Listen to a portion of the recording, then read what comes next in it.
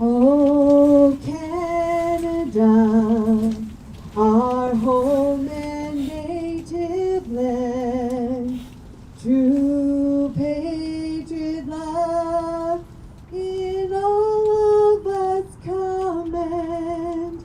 With glowing hearts we see thee rise, our true north strong and free. From far and wide, oh Canada, we stand on guard for thee. God keep our land glorious and free. Oh Canada, we stand on guard for thee. Oh Canada, we stand on guard for thee. All right, welcome to everybody joining us today from Citywide Field in London, Ontario. I'm Matt Snyder, and with me is the Dean of Local Football Commentary, Professor Ron Forwarder. Ron, we got a great playoff game. We got great weather. I lie, it's quite chilly with just a hint of humidity in the air. We got the London Beefeaters, Hamilton Hurricanes for the third time in OFC semifinal action. What do you think about tonight? Well, the first two games, it was a much closer game than the score anticipated. That was week one. The last regular season game was in Brantford, where the Hurricanes had been playing their home games. The Beefeaters won 30-2. Just to keep everyone in the loop here, Hamilton won the toss. They have deferred, so they will be kicking here. The Beefeaters trying to put that number 2 ranked offense out on the field, led by All-Star Tassie Van Bell. We got kickoff moments away. Playoff action live from Citywide Field in London, Ontario, with the London Beefeaters and the Hamilton Hurricanes looking to advance to a probable matchup against the St. Clair Fratmen in the OFC Championship next week. Seconds away from kickoff here as the Hamilton Hurricanes in their baby blue uniforms. Jared Fernandez Brown marches off his kicking steps. And we have toe meets leather. Kickoff is underway here. Beefeaters will field a short kick on the bounce. Looks like Van Bell around the edge. We got a pile of bodies, and Van Bell is down. It'll be first and 10 for the Beefeaters. What'd you see on the return there, Ron? Good job being patient here. You can see I don't like if the ball hits the ground. It's a pet peeve of mine. You've heard our broadcast before. It's just trying to find the room, trying to find some space. Really good coverage. No real cutback lanes for Tassie on that. Good special teams play by Hamilton. London took advantage earlier in the first game here at Citywide, our first broadcast of the year. Couple deep shots. The wind is playing with the ball a little bit here. It's coming from the south into the north, kind of out of the west. Citywide can play with the ball a little bit with the wind. McCallum hands off to Van Bell around the left end. Van Bell breaks one tackle and short gain. McCallum at quarterback for the Beefeaters. We were here 2 weeks ago, and he played, I thought, his best game of the season. He was poised, he was patient, he found the checkdowns, and having Van Bell behind him will be a huge boost for the Beefeaters today, Ron. Yeah, again, Clark McCallum, the leading passer for the Beefeaters in Beefeater history. First playoff game here in London, Matt, and for 9 years for the Beefeaters. You know, a big kudos to them. Let's see what happens here as we go into second down and about 7. 4 receivers to the bottom of the screen for the Beefeaters. McCallum sends his receivers in motion. He's back to pass. He's got a receiver in the middle, and it's intercepted. We got an interception on the second play of the game for the Hamilton Hurricanes. He returns it upfield. Terrell Thyberg with the interception. Not a great start for the Beefeaters on second down. It looks like McCallum was trying to force a pass over the middle, Ron. Yeah, again, you're trying to hit that slot coming in here, trying to settle down. Doesn't see the linebacker or the safety creeping up there. Cuts right in front of the pass. Does a good job. Laundry on the field. We're going to have an illegal block. It's going to go back like 15 yards here. But again, huge change of possession here for the Hamilton Hurricanes early in this game, Matt. Yeah, not a great start from McCallum, but we'll see how the Beefeaters defense is able to respond. Penalty on the return brings the Hurricanes back to just past the 50. It'll be first and 10 from there, from the London Beefeaters 52-yard line. We talked about penalties a lot last week.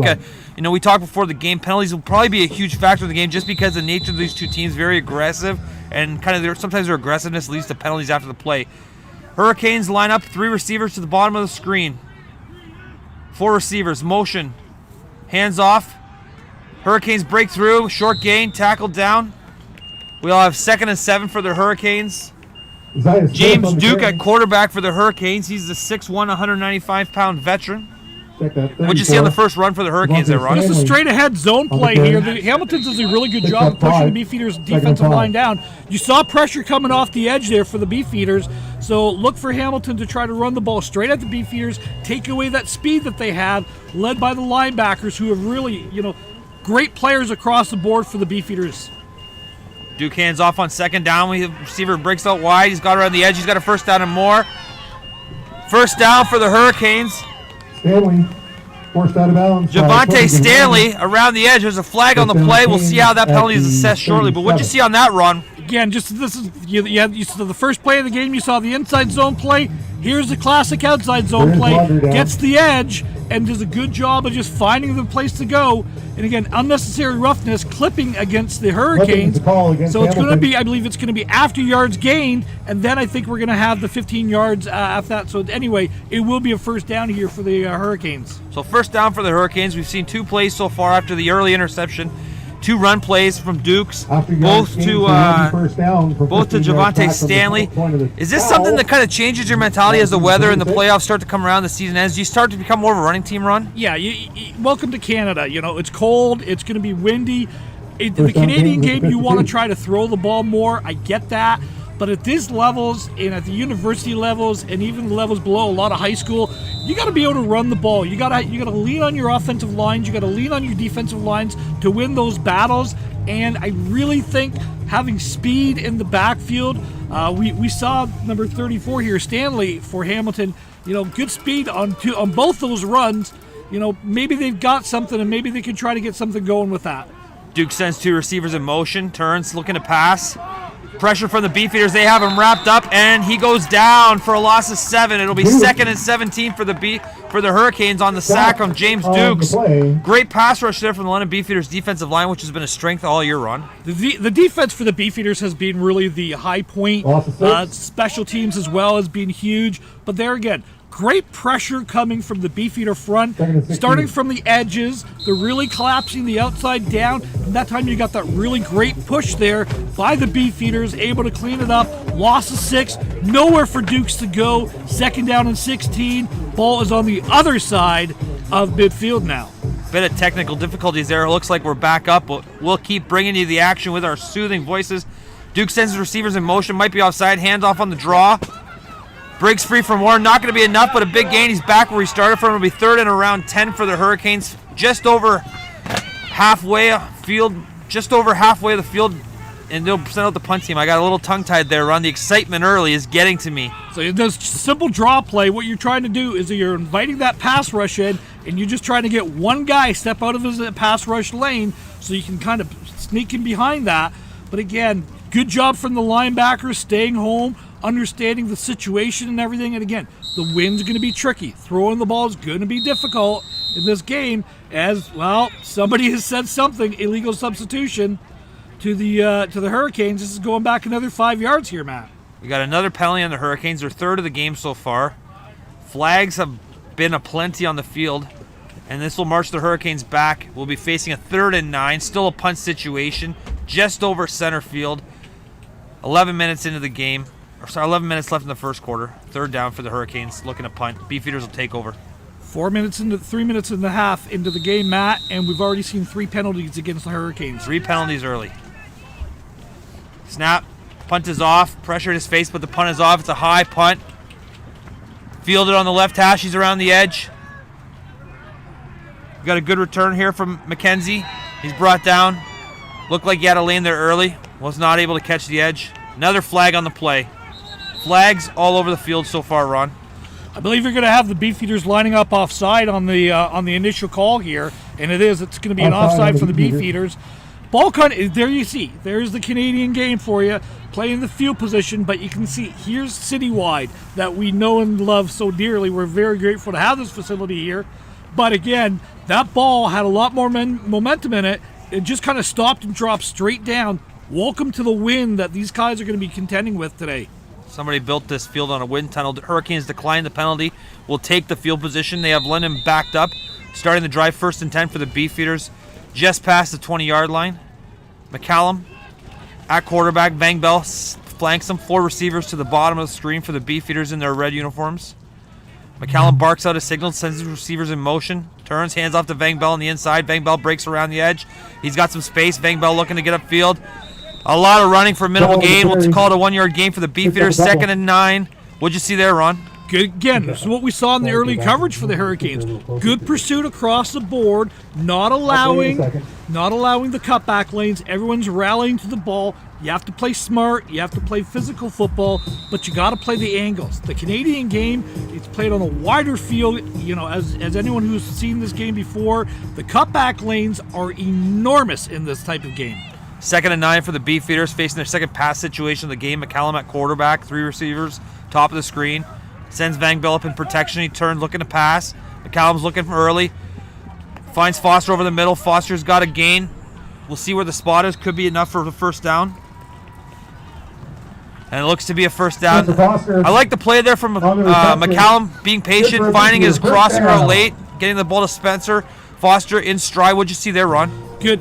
Again, really good check down route. Let's get a high percentage pass in here. Going for the Beefeaters. Again, high percentage pass, easy completion. Let your all-star receiver run after catch. That's a good sign of maturity from McCallum as the season's gone on. He's been a lot more patient in the pocket, finding his checkdowns. 4 receivers to the bottom of the screen. We've seen a lot of 4 receiver sets so far for the Beefeaters. McCallum turns, hands off to Klubine. Klubine's around the edge. Klubine's got some space. He is running like a train tonight so far. Klubine tackles out of bounds. Be a gain of 5 for the Beefeaters as they go to Klubine early in the first quarter. What'd you see there for Klubine, Ron? Well, the OFC Rookie of the Year for the Beefeaters, Joe Klubine, does a really good job. There you see, there's the cutback lane that we talked about. And again, Hamilton does a really good job rallying to the football, not allowing them after the initial cut. Out inside zone play, went to the outside. Does a really good job of getting 5 yards. Now the whole playbook's open on 2nd and 5. 2nd and 5 for the Beefeaters here. McCallum at quarterback. He's got, looks like Klubine beside him. LJ Dyer checks in the game at running back for the Beefeaters. Down, please, whoever the guy is. I don't know where he went. Big completion there. Missed that. Sorry, we had a bit of a distraction in the booth. I'm pretty sure that Chris Collinsworth deals with the same thing on Sunday Night Footballs there, Ron, but that's okay. Beefeaters will face a 3rd and 6, looking to punt. Early in the game, we've seen the Beefeaters running on first down, second and passing situations. They haven't been afraid to throw the football. McCallum had the corner out there late, just missed it, and they'll punt the ball back to Hamilton as we fall just under 10 minutes left in the first quarter, Ron. I really love the scissor route concept from the inside coming on that. So you had the crosser coming underneath it from the middle slot on the wide side of the field, and then the inside slot ran the corner behind them. It's really tough for the defense to pick that up. Really great concept on that. High snap back to the Beefeaters punter. He booms a punt. Short bouncer. I said boom. It's a short bouncer. Hurricanes fielded on the hop. He's around the edge. The Hurricanes have some room here now. Quincy Bellinger with a great return there for the Hurricanes, and they will start just over halfway. And a late flag on the play. It looks to be a late hit, probably on London from the action we saw. A lot of penalties early in the game, Ron. We talked about that before the game, that penalties were a problem for both teams, and I don't think we're offending anybody when we see that.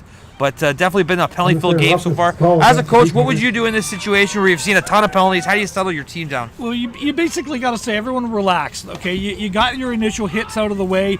Everyone's kind of done their thing. Play smart football. That's the key. That's going to be a key to this game. When you get into November in Canada, in football, you have to play smart, disciplined football. You have to play with great enthusiasm, great intensity, but you can't lose control, Matt. So you just got to rein your guys in a little bit and say, it's all right, it's okay. Let's not make the same mistake over and over and over again. And the Hurricanes will start the drive just past the 35 on the 34-yard line of the Beefeaters, already close to field goal range. As Dukes comes out at quarterback, he's got 2 running backs in the backfield.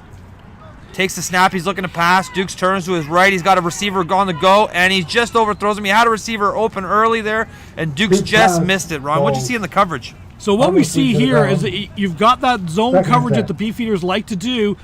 He had a little wheel route, double move, So the corner jumped it. They had something going on there. They had the right concept. They're playing so aggressive downhill on that first move, the double move, the wheel route on that, the down, out, and up. It's so hard to defend. Again, the ball, as you can hear behind us, the wind is just kind of whipping around here, guys. It's going to be tough to throw the ball here. You got to run the ball, and that's the key to this game, is the offensive line against the defensive lines, which ones can establish. Hands off to Stanley on the draw play for a short gain. It'll be 3rd and around 8 for the Hurricanes. Tough decision here. First tough decision of the game. Field goal or punt it? Go for it, Ron. What do you think? I think you're going to punt it here. The field goal is where everything kind of went wrong the first time that these teams met the first time. You had a blocked field goal, you had blocked punts in that game, you had a blocked punt return for a touchdown. Again, so special teams has been a huge advantage for the Beefeaters this year against the Hurricanes. They do have the field goal unit out here. It's going to be tough to hit this with the wind kind of swirling around like it is, Matt. Dukes to hold on the field goal. We'll call it a 36-yard field goal here. Sorry, 41-yard field goal here. Can't see the kicker's number. My eyesight. Duke's got the hold down. The kick is up. It's got the distance. It looks to be just a hair short. We got a return here for the Beefeaters. He's around the edge. He's past the 30. Over the 35, great move, past the 40, 50-yard line. Beefeaters have something cooking here. Up the sidelines, one breaker to beat. And the Beefeaters have a great return there. Number 31, Drew Lawrence, the star pickup for the Beefeaters on the missed field goal, up over half and more. Great return there for the Beefeaters, Ron. Again, this is kind of where Hamilton shot themselves in the foot in the first game. I don't agree with this call going for the field goal. You've got all the momentum in the world. Punt the ball. Even if it goes into the end zone, give it. The Beefeaters probably give up the single point. You get the 1 point. But look at how huge the field position difference is going to be. Beefeaters now have the ball inside the 25-yard line for Hamilton, as they've had their backs against the wall the entire first quarter here. Hamilton's first drive started on the 50. That drive started on the 35-yard line. Still, no score here. So the Beefeaters have kind of weathered that storm a little bit. Let's see if you can get some composure now. McCallum, get some running going. Let's get the offensive line going. Led behind big number 60, right guard David Legg. So if you're just joining us, Ron did not agree with the field goal attempt for the Hurricanes. As the Beefeaters start off, 4 receivers at the top of the screen. McCallum at quarterback. Taz Vang Bell beside him at running back. McCallum takes a snap, hands off to Vang Bell around the left. Tackle for a short gain. Beefeaters have committed to running the ball early, but haven't had a lot of success on the inside run game, Ron. Now, a really good job by number 90 there, the defensive end, as we do have a Hamilton Hurricane player down on the play. Again, it's just a straight zone play on the inside. You're trying to read the DN, but the DNs are crashing down so hard, they're not buying that run capability from the quarterback. And until you pull something out of your hat, where you either run the ball or you complete the ball over top of their head, like they did on that first draw, on the second drive there, Matt, it's going to be tough sledding inside. But again, this whole game is going to be decided by the offensive and defensive lines. Which unit can establish control against the other ones? That's going to be the key. McCallum at quarterback, same formation, 3 receivers, top of the screen. Vang Bell at tailback beside him. McCallum back to pass. He's got a receiver open early, doesn't fight it. He's looking to scramble. McCallum's got some space. He's going to have a first down and more. McCallum is running. He's over the 10. McCallum will go out of bounds just at the 12-yard line. Great run for McCallum on the scramble there, when it looked like he was dead to rights from the defensive line, Ron. I'm going to give a shout-out to Tazzy Vang Bell on this, okay? Again, what he does here, smart player, knows his quarterback's in trouble, downfield blocking. That's an extra 10 yards on the block on a guy that's used to carrying the ball. He's not the biggest guy in the world. He's really quick. He's really fast. But again, it's good to see that physical aspect of it and recognition as well of, hey, we've got to get down here, as there was a flag on the play after yards gained. Another flag on the play. After yards gained. Strange. First down. But we'll see how that penalty is assessed. It looks like it's after yards gained. We haven't seen McCallum run too much this year, but he did have a great scramble there to keep the drive alive for the Beefeaters, and they're knocking on the door pending assessment of the penalty. Looks like it'll be 1st and 10 for the Beefeaters on the 24-yard line going in. Good field position, best field position for the Beefeaters so far this game, as our camera finds its home high above Citywide Field. McCallum at quarterback, 4 receivers, top of the screen. Klubine checks in at running back. McCallum hands to Klubine. Klubine breaks up the middle. He breaks a tackle. Klubine's got a pretty good gain there. Could be enough for a first down. We'll see where the stick gets set. Down by Tyler That's the Bevan. first big game for the Beefeaters so far on the inside run. There you go. You're starting to lean on the offensive line. Great double team at the point of attack there. The left guard in the center does a great job of opening that up. Look at this cutback lane here, right on this replay. You're going to see the double team at the point of attack here. Boom, boom. Look at the cutback lane that he's got. He's basically just replacing where the center was. Great push by the offensive line. Callum has led the team so far at quarterback. Klubine stays in the game. 3 receivers, bottom of the screen. McCallum turns, hands off to Klubine. Klubine's around the edge. He breaks the first tackle. Klubine's got space. Great run for Klubine. Klubine's been the power, the workhorse so far in the game. It'll be short of the first down, but another good game for Klubine there. Great job blocking downfield on the receivers right there, but also recognizing I'm not going to get called on a hold or something that lets him go. But again, really good gain of about 6-7 yards on that. We're going to call it 6. 2nd and 4. Beefeaters inside the 10-yard line, and they're getting really, really close to getting the 4 points of the game. Quick, give me a call, Ron. What are you going with here if you're the coach? I think you've established a run. I think you stay with it. Keep grinding the ball. Run the ball until they stop you, until they prove they can stop you. I'm going to say some kind of quarterback keep off a run action. We'll call the play right now. McCallum turns, hands off to Klubine. Ron was right. He wins the bet. Klubine breaks the first tackle, and he punches it in for a tough touchdown. That drive was all Klubine, and the Beefeaters take an early 6-0 lead. And more importantly, Ron Ferwerda has his first correct prediction of a play this year. Great run there, Ron. What do you think? Yeah, again, it's the same play over and over and over again. It's the inside zone play. Great double team, stalemate. As a running back, we're always telling our running backs, follow the backside of the offensive line, follow the backside of the receiver. That's going to lead you to their block. Center does a good job of walling it off, presenting his backside to the running back. Nowhere to go. He cuts right off of that. Touchdown, 7-0 Beefeaters after the PAT is good. I was watching some action Mid-America Conference football this week, and my wife says, why do they always run the ball in the middle? And I said, you just don't understand football. Looks like she's got a point there. Beefeaters take an early 7-0 lead after a good field position. Great return on the missed field goal from Lawrence. Klubine comes in relief of Van Bell and really pounds the ball.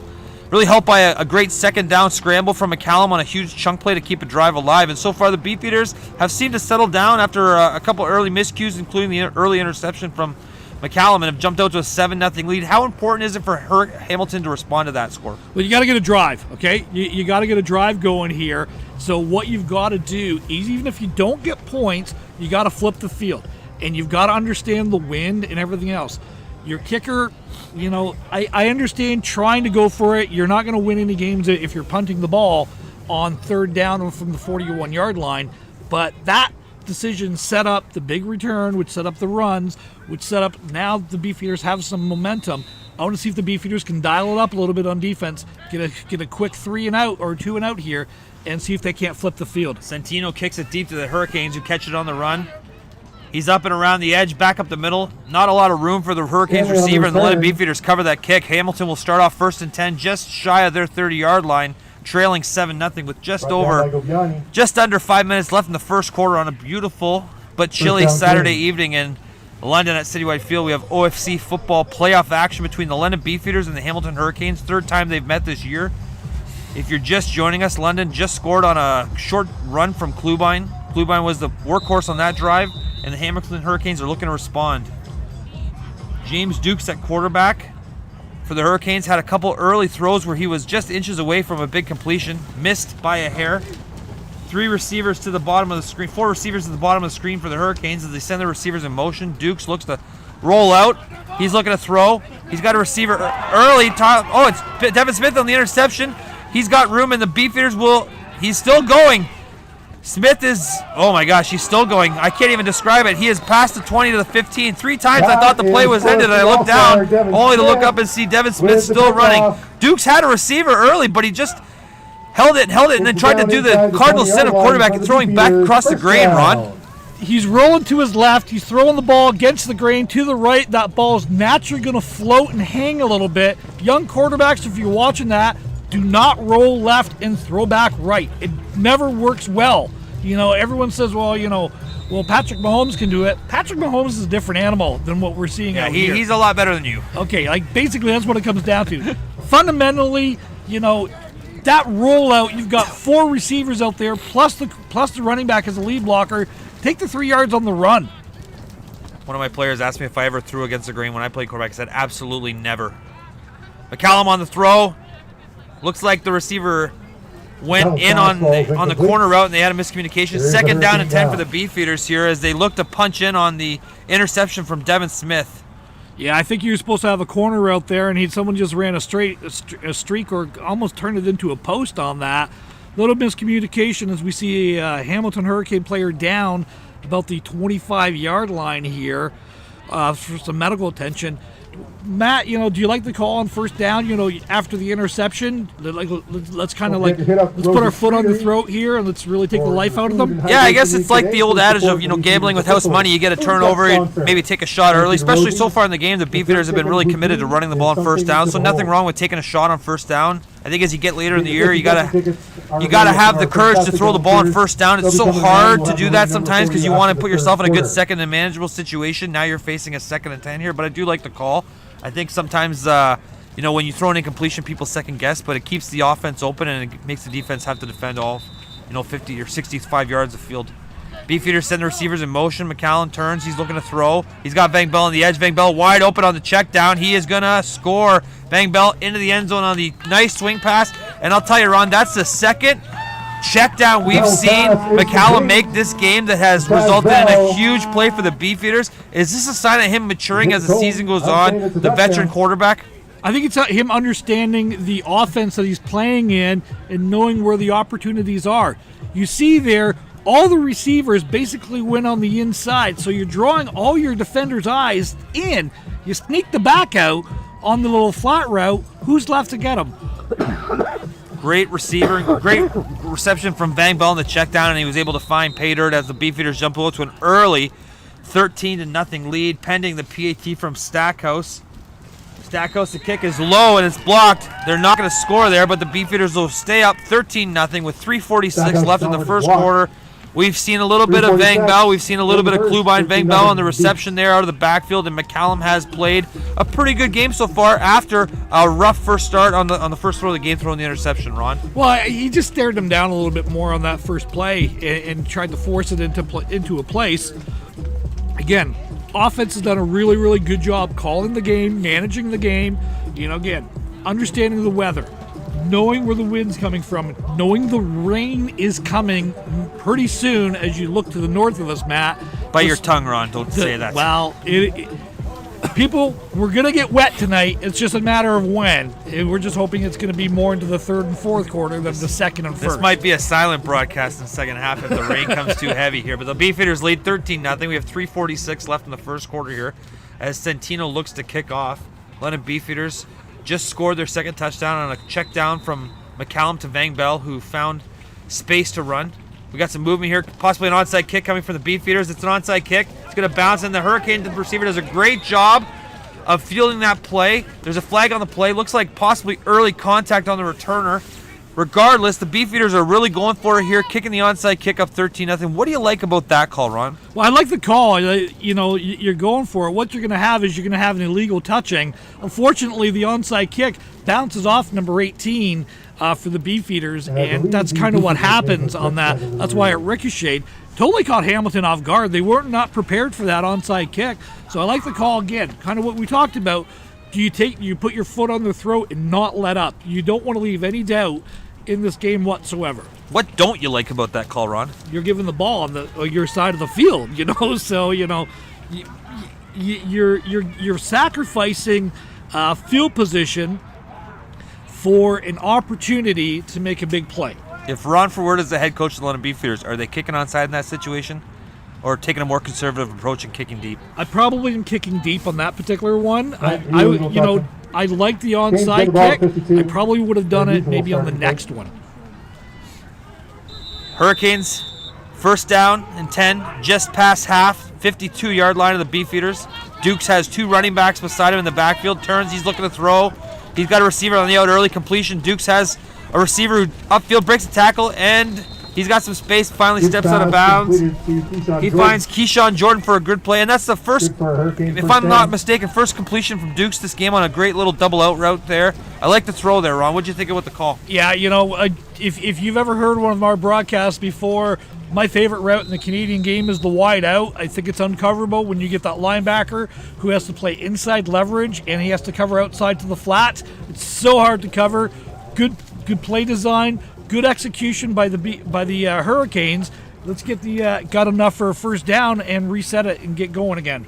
3 receivers to the bottom of the screen for Dukes. 2 running backs to the backfield. Dukes back to pass again. He's looking to throw. Can't find his first read. He's scrambling. He's going to break around the Tyler Thompson tackle. He's upfield. Steps out of bounds. Nice little move at the end of that play for Dukes to keep the drive alive and keep running. We'll have second down and 5, Ron. I thought Tyler Thompson was going to absolutely eat him for lunch here. Great job of just a little move at the end there. Got to break down a little bit earlier there if you're the OFC All-Star for the Beefeaters. Tyler Thompson, just a tough angle. We'll blame his high school football coach for that. Coach Dave Martin at South. Probably taught him the wrong angles and everything, and the London Beefeaters coaches have been struggling to coach that out of him for a while. Hopefully Dave's listening and hears that. I blame more Stenning, just for the record. Good friend of mine. Turns, hands off. Duke's running back's got some space, and he's tackled for a short gain. Looks like he had a lot of space there on the cutback on the last second. An arm came out Stanley on the carry. Tackled him down on the ground. Beefeaters will look to hold the Hurricanes here on 3rd and 2. Tough decision for the Hurricanes, down 13-0 early in the first quarter, Ron. And they'll take a long time to make this call. Looks like the play's been blown in. And they got a timeout on the field. We got a timeout for the Hurricanes here, and that looks like that's a timeout to make a decision. So what do you think here, Ron? Well, again, you've got 2 minutes left in the first quarter. You're in a little bit better field position than you were previous. So if you line up for the field goal, you're going to be looking at about a 35, 36-yarder. The wind has picked up a little bit more than it was before, okay? So you have to use those factors into it. You got to get points on the board. You're in plus territory. 3 of your 4 drives have started in Beefeater territory. You haven't been able to capitalize. I think on this one, you got to go for the field goal. But I'm telling you, they're not calling a timeout to bring out the field goal kickers. No, here comes the quarterback back in the game, and it looks like the Hurricanes will go for it, facing 3rd and 3 here. This could be a play early in the game that might be go a long way in deciding who's going to move on to the OFC Championship, as the Hurricanes trail 13-0 with just under 2 minutes left in the first quarter, facing a 3rd and 3 deep in the Beefeaters territory. Dukes takes the snap. He fakes the run. He's rolling around. He's got a screen play here. We got a little screen set up here. Slips the first tackle. The Hurricanes have a first down and more. Looks like Stanley on the run. And that's a great call. I love the design of that play for the Hurricanes, Rob. What do you think about it? Well, here you see the kind of that motion coming across. So you're faking the jet, or you're giving a joker look to it from left to right, and then that swing back to the other. It's a similar concept to how the Beefeaters scored on that last touchdown there with the swing pass to the flats. Get everything going one way and flip something out the backside. Love the play design. I agree with you, Matt. Love the play design. So far, the Hurricanes have had success when they get the ball in Stanley's hands and they get a first down there to keep a drive alive, looking to score. We'll call it 1st and 10 for the Hurricanes on the 18-yard line of the Beefeaters. Windy night here in London at Citywide Field. You can hear the wind howling in the background on the microphone. Not my kind of weather. I'm much more of a Florida guy. I always said I should have been born in Arizona. Figured you were more Hawaii. Yeah, I'd take Hawaii as well. I love me some late night Hawaii football action. I'll definitely be up at midnight. If you're not doing anything tonight, turn into Hawaii football at midnight. Nothing like midnight football from the island if you're a college football fan like me. But first we have OFC football semifinal action for the Beefeaters taking on the Hamilton Hurricanes, looking to move on and face what we expect to be the St. Clair Fratmen in the OFC finals next week. London leads 13-0, but Hamilton is knocking on the door on a 3rd down screen play that was beautifully designed, beautifully executed. Duke's at quarterback, 3 receivers, top of the screen. He's looking to throw again. He's got a receiver on the backside open. And the Hurricanes, he's going to drop the pass. He had him wide open. And it looks like the receiver had too much time, Ron. What do you think about that? This is a great play design. They bring an extra offensive lineman in because of the pressure that the Beefeaters were applying. Does just a good job of just beating his guy. And again, you've got a linebacker dropping into coverage. And all of a sudden here, we got a mismatch here. Just can't squeeze it. I think a sigh of relief for the Jeremy Hicks. He had it. He wants it back. Drew Lawrence got caught peeking in the backfield there on the backside of that 3-by-1 formation and had the receiver run by him. It'll be 2nd and 10 here for the Hurricanes as Dukes looks to keep this drive alive. 2 receivers in motion for the Hurricanes back into the boundary. Dukes looks to pass. He's got nobody open. He's scrambling up the middle. He won't have enough for a first down. He'll be dragged down by the Beefeaters linebacker, and it'll be a 3rd and around 4 decision to be made for the Hurricanes here. Do you take the field goal in this situation or to keep the momentum going and try to get the major run? Well, I would have kicked the field goal. I would have kicked the field goal last time, but with the wind picked up as it is, you got to factor that into it. You got to come away with points. That's what you got to do. Again, really good job. I'm going to say this: really good job by Dukes handling the high snap on that last one. That could have been disastrous, which would have killed it, as I think this will probably be the last play of the first quarter here, Matt. And the Hurricanes have elected to go for it again. 3rd down for the Hurricanes, 3rd and 5. Dukes looks to pass. He's scrambling. He does not have anybody open. He's got 2 Beefeaters on his back. He throws and it's short. And he's completed it. I did not see the receiver come out of nowhere, but it looks like he will. I have no idea. The spot, we're going to pen the spot before we make an announcement on if this is a first down. I didn't see that receiver break under. I was looking at the guy in the corner late, Ron. Yeah, again, it's a long out route here. You can see scramble drill. There's that late crosser coming around there. I think it's going to have just enough for a first down here, Matt. I think he needed 5, and he got 6 on that. So first down for the Hurricanes. Twice this drive so far, they've gone for it on 3rd down and completed to keep the drive alive. Desperately needing a score here as the quarter change. We flip the field over here. Good day in football for London. The Mustangs will move on to the Yates Cup, taking on the Queens Golden Gales, who won down in Kingston over Ottawa. So the Mustangs will be looking for a championship, and the Beefeaters look to follow, bring some double gold back to London football as they take on the Hamilton Hurricanes here at Citywide Field, Ron. So far, we've seen the Beefeaters with a timely interception. McCallum's played a great game so far. He found Van Bell on the check down for the touchdown, and now the Hurricanes have something cooking after a rough start, led by James Dukes at quarterback and a couple of 3rd down completions to keep the drive alive. What do you think so far about the Hamilton game plan of super aggressive decision making? Well, again, I think they're also playing into the wind, which has been a huge factor into this game. I think you're going to see some of the decisions go in the Beefeaters' way, playing a little bit more aggressive rather than kicking the ball into that very, very strong wind, which again is picking up more and more and more as the night is going on. But I think now they're in the position where if push comes to shove, you can see maybe a kick. Duke's got the receiver on the backside, and he had him again and missed the throw. Right. Looks like they had some kind of an option route going on there where the receiver's going to wait for the coverage to decide if he's going to run the in or out. He had him on the break, but again, misses him. Dukes will face 2nd down and goal here, just over the 10-yard line. We'll call it a 9. Looking desperately to get a score.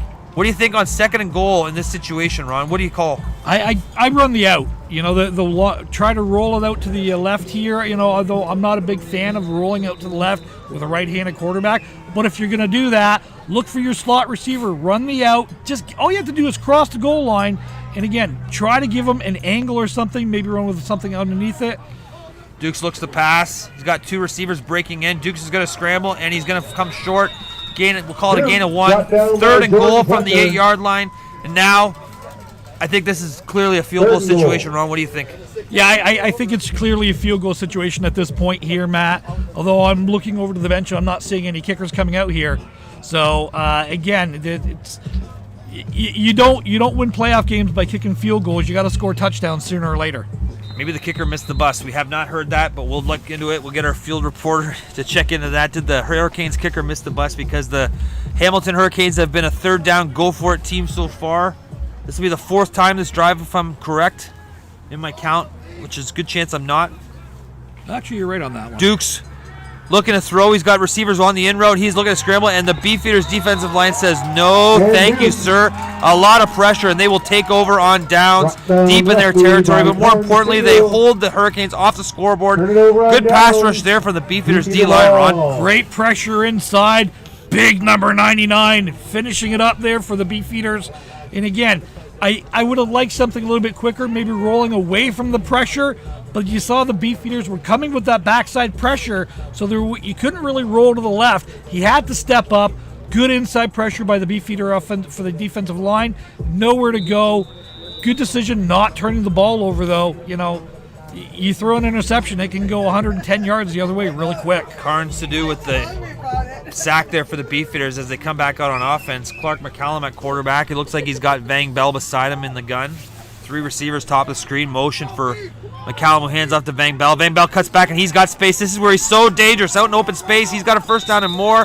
He started off to the right, cut back hard to the left, and a great gain there for Vang Bell, Ron. Yeah, just that inside zone play, and then he does a good job of cutting it out. Look at the kick-out block there by the guard coming across there. So it's almost like a trap look off that. So again, really good job. Really good job of following his blocks. Vang Bell has been a workhorse so far. McCallum at quarterback. Vang Bell beside him. 3 receivers, top of the screen. London Beefeaters looking to keep the drive alive here after the first down from Vang Bell. Brings receiver in motion. Turns hands off to Vang Bell again. Almost the exact same play. He's through trouble. The ball looked like it came out late on the play. But the Beefeaters recover, and they'll face a 2nd and 9. Ball comes loose. 2nd and 9 for the Beefeaters. Yeah, again, just a little bit of I think there was a little bit of a bobble on the handoff there. I think he was trying to pull it and maybe try to run a little bit. A little bit of a greasy ball here. Don't think it's raining quite yet, but again, it is cold, and the Beefeaters are definitely going into the wind. London Beefeaters lead 13-0 with 12:23 left in the half in OFC semifinal action. If you're just joining us, the Beefeaters scored on a Vang Bell pass and a Klubine run, and Hamilton was 3rd and goal from the 9 and were unable to score. McCallum looks to throw. He's looking deep. He's got pressure in his face. He's scrambling now. Hooking. He's got a receiver over the middle and just out of the reach of Spencer Foster. Has a little extracurriculars after the play, and the Beefeaters will face a 3rd down, sending out the punt team, which is a good decision from Coach Lake to try to win the field position back. Ron, what do you think? Yeah, again, good scramble drill. You know, escapes the pressure, does a really good job. First read's not there, double covered. The crosser wasn't there late, so you go back to the front side. You've got like a mesh concept going on there. Inside guys are doing a cross. So you're looking for that late crosser to come out just a little bit too far in front of them. Really good opportunity there. Good play design. Out comes the punt team for the Beefeaters. Looks like they are in that spread shield look that we've seen become so popular in college football. Centino back, standing just inside the 10. He catches a snap. He's got a kickoff just in the face. It's a short one. It's going to bounce out midfield. Hamilton's going to pick it up with Beefeaters in the 5-yard hill. There'll be a no yards penalty, and he's got nowhere to go, but he'll be gifted 5 yards thanks to the London Beefeaters no yards penalty there. The rule changes when the ball hits the ground. It becomes a 15-yard penalty, becomes a 5, Ron. So as a coach, are you coaching your guys to kind of be a little bit more aggressive once that ball hits the ground and ensure that the receiver returner doesn't get a good return there? Or how do you coach that? To be honest with you, I coach it to catch the ball in the air because it's, you know, the ball hits the ground. Two things are going to happen, and you know, usually both of them are bad. I want to attack the ball in the air because you've got a better opportunity of catching somebody in that no yard zone, but also then you're attacking the punt return with speed and leverage. So that's what you want to do. I think if the ball's laying around on the ground a little bit, yeah, you're trying to get somebody to play a little bit undisciplined, but the ball hits the ground, as you're a returner, you're dead. You're not breaking that one. You're not going to get anything more than maybe 5 or 6 yards. Yeah, so anybody that's listened to the broadcast between me and Ron the last couple weeks, he's very passionate about catching the football in the air, which I agree with. It's definitely a challenge as a coach when you watch your returners let the ball bounce. But the penalty changes. You know, we've seen a lot of guys in some situations tell their teams, you know, when the ball hits the ground, you know, we'll give that 5 yards, but we're going to give it 5 yards with, I do air quotes as I say that, because ultimately a 5-yard return, if you limited a return team to 5 yards on a return every time, you're doing pretty good at coverage-wise. We got a little bit of a penalty here. The referees were talking to the 2 captains on the field, maybe just giving them that calm down kind of chit-chat. You know, the parent talking to the kids about relaxing and trying to calm down. As the play was starting to get a little bit, let's say, rough and rowdy after the play, we'd seen a couple, you know, shoving matches and stuff. But regardless, the Beefeaters on offense here. Oh, they're going to repunt the ball. Yeah, I think you got a 5-yard running into the kicker.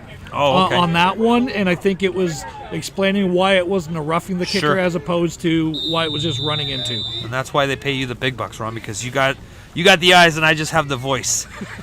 Centino looks to kick it again.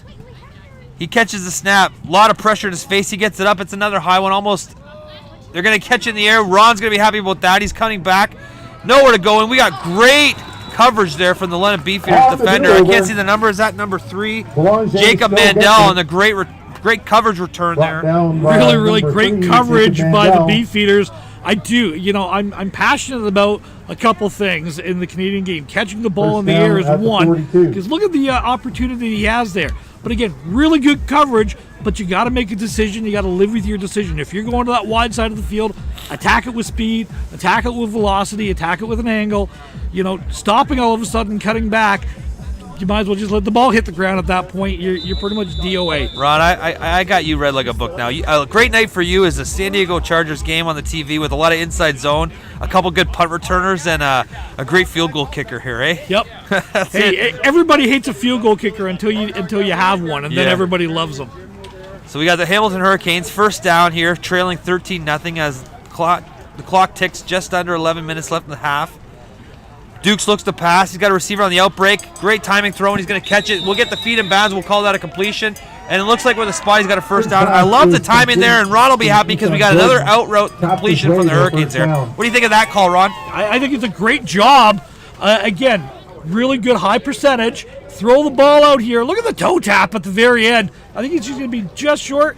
Well, they're going to give him the first down. I thought he was just short of it, to be honest with you, Matt. I watched a lot of completions like that in my time at Western. We called that play Buckeye, and it was one of Chris Merchant, former Heck Crichton winner. His favorite throws was that speed out to the boundary. Well, it's first down for the Hurricanes as they start the drive here, looking to respond to the 13-0 lead the Beefeaters hold. Duke's at quarterback. He's thrown the ball a lot this game so far. They've pretty much abandoned the run game in the last couple drives here. Duke's turns, as I say that, he hands off to Stewart, who has nowhere to go. He's met by a plethora of Beefeaters defensive linemen here, and the London Beefeaters have a great first down stop, second and long for the Hurricanes here, Ron. If you follow the Beefeaters, the model this year has kind of been let's eat. There's an example of your defensive line eating. Great pressure right away. Nowhere to go for the running back. He's trying to do his zone. And just nowhere to go. How do you beat a zone? With penetration early. Ron, my motto the last 2 years has been let's eat, so I definitely know what the Beefeaters are coming from. 2nd and 12 here for the Hurricanes. Just shy of the 50-yard line. We'll call it the 49, backed up in their territory. Down 13-0. Duke sends receivers in motion. He's looking to pass a quick screen out to the top of the screen. He breaks one, but he's going to be short of the first down. We'll call it 3rd and 10, and another tough decision here for the Hurricanes, who have shown so far they are not going to hesitate to go for it on 3rd down anywhere in the field. But it looks like in this situation they're going to send the punt team out and live to play another drive here. What do you think about the screenplay on 2nd and long? I love the step-off kind of screenplay here. What you're trying to do is you're trying to let your athlete be an athlete in space, so you're trying to get them the ball out a little bit quicker, try to get a block downfield, make one man miss, and all of a sudden you got a lot of yardage in front of you. Love the call. Again, high percentage throws with the windy, cool night. I like the concept. I like the decision to punt the ball here. Try to flip the field and get a little bit of momentum back with your defense. Fernandez Brown stands the 37-yard line looking to punt back to the Beefeaters. Snap is low. He catches it. Flag on the play. It's blocked. We got a block kick from Devin Smith. His second big play of the game after the interception early, and there's a flag on the play that came right at the snap, so it could be an offside or too many men penalty. I think you're going to have offside against the Beefeaters, unfortunately, there on the left end. I missed the numbers, but this was kind of the story early in the first game that they met. The special teams, the block kicks, which could be one of the reasons why the Hamilton's reluctancy to kick the ball. They haven't been able to do a really good job of blocking on special teams this year. And again, the Beefeaters have really taken advantage of that on a few times.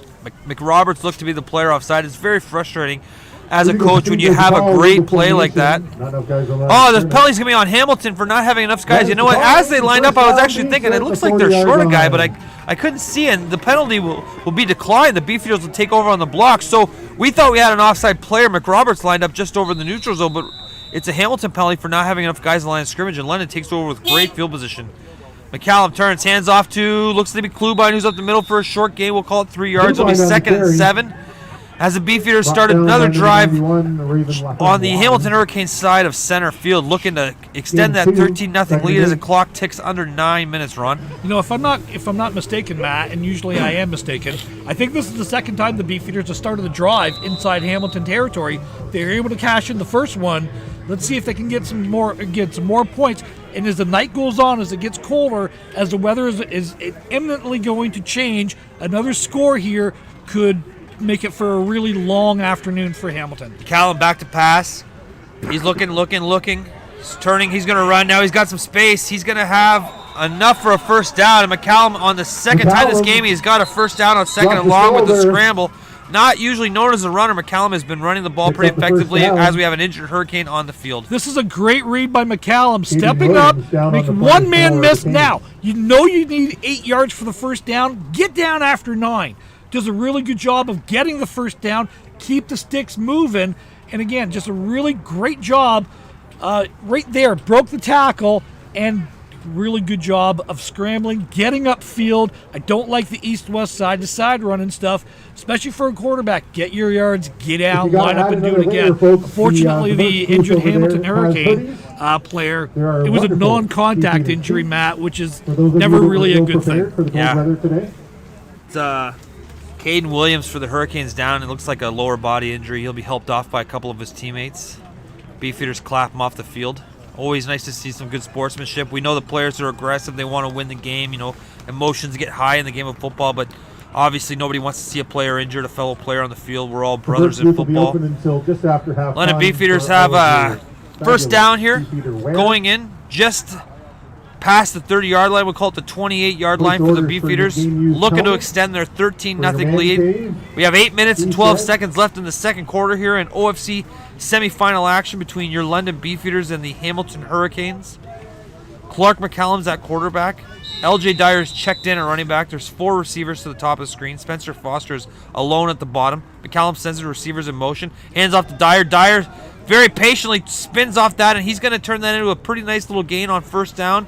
Another one of those inside zone runs that you're so fond of, Ron.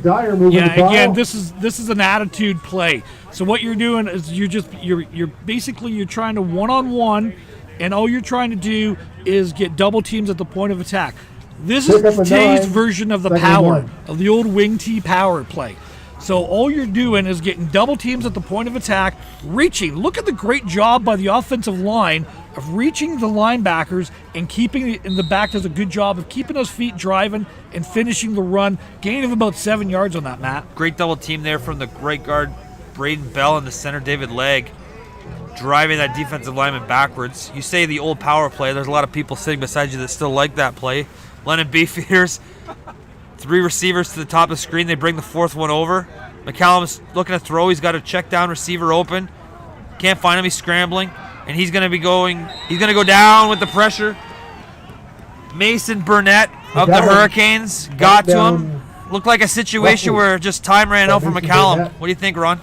Well, at that time, you've scrambled around. You've kind of gone your first, second, and third read.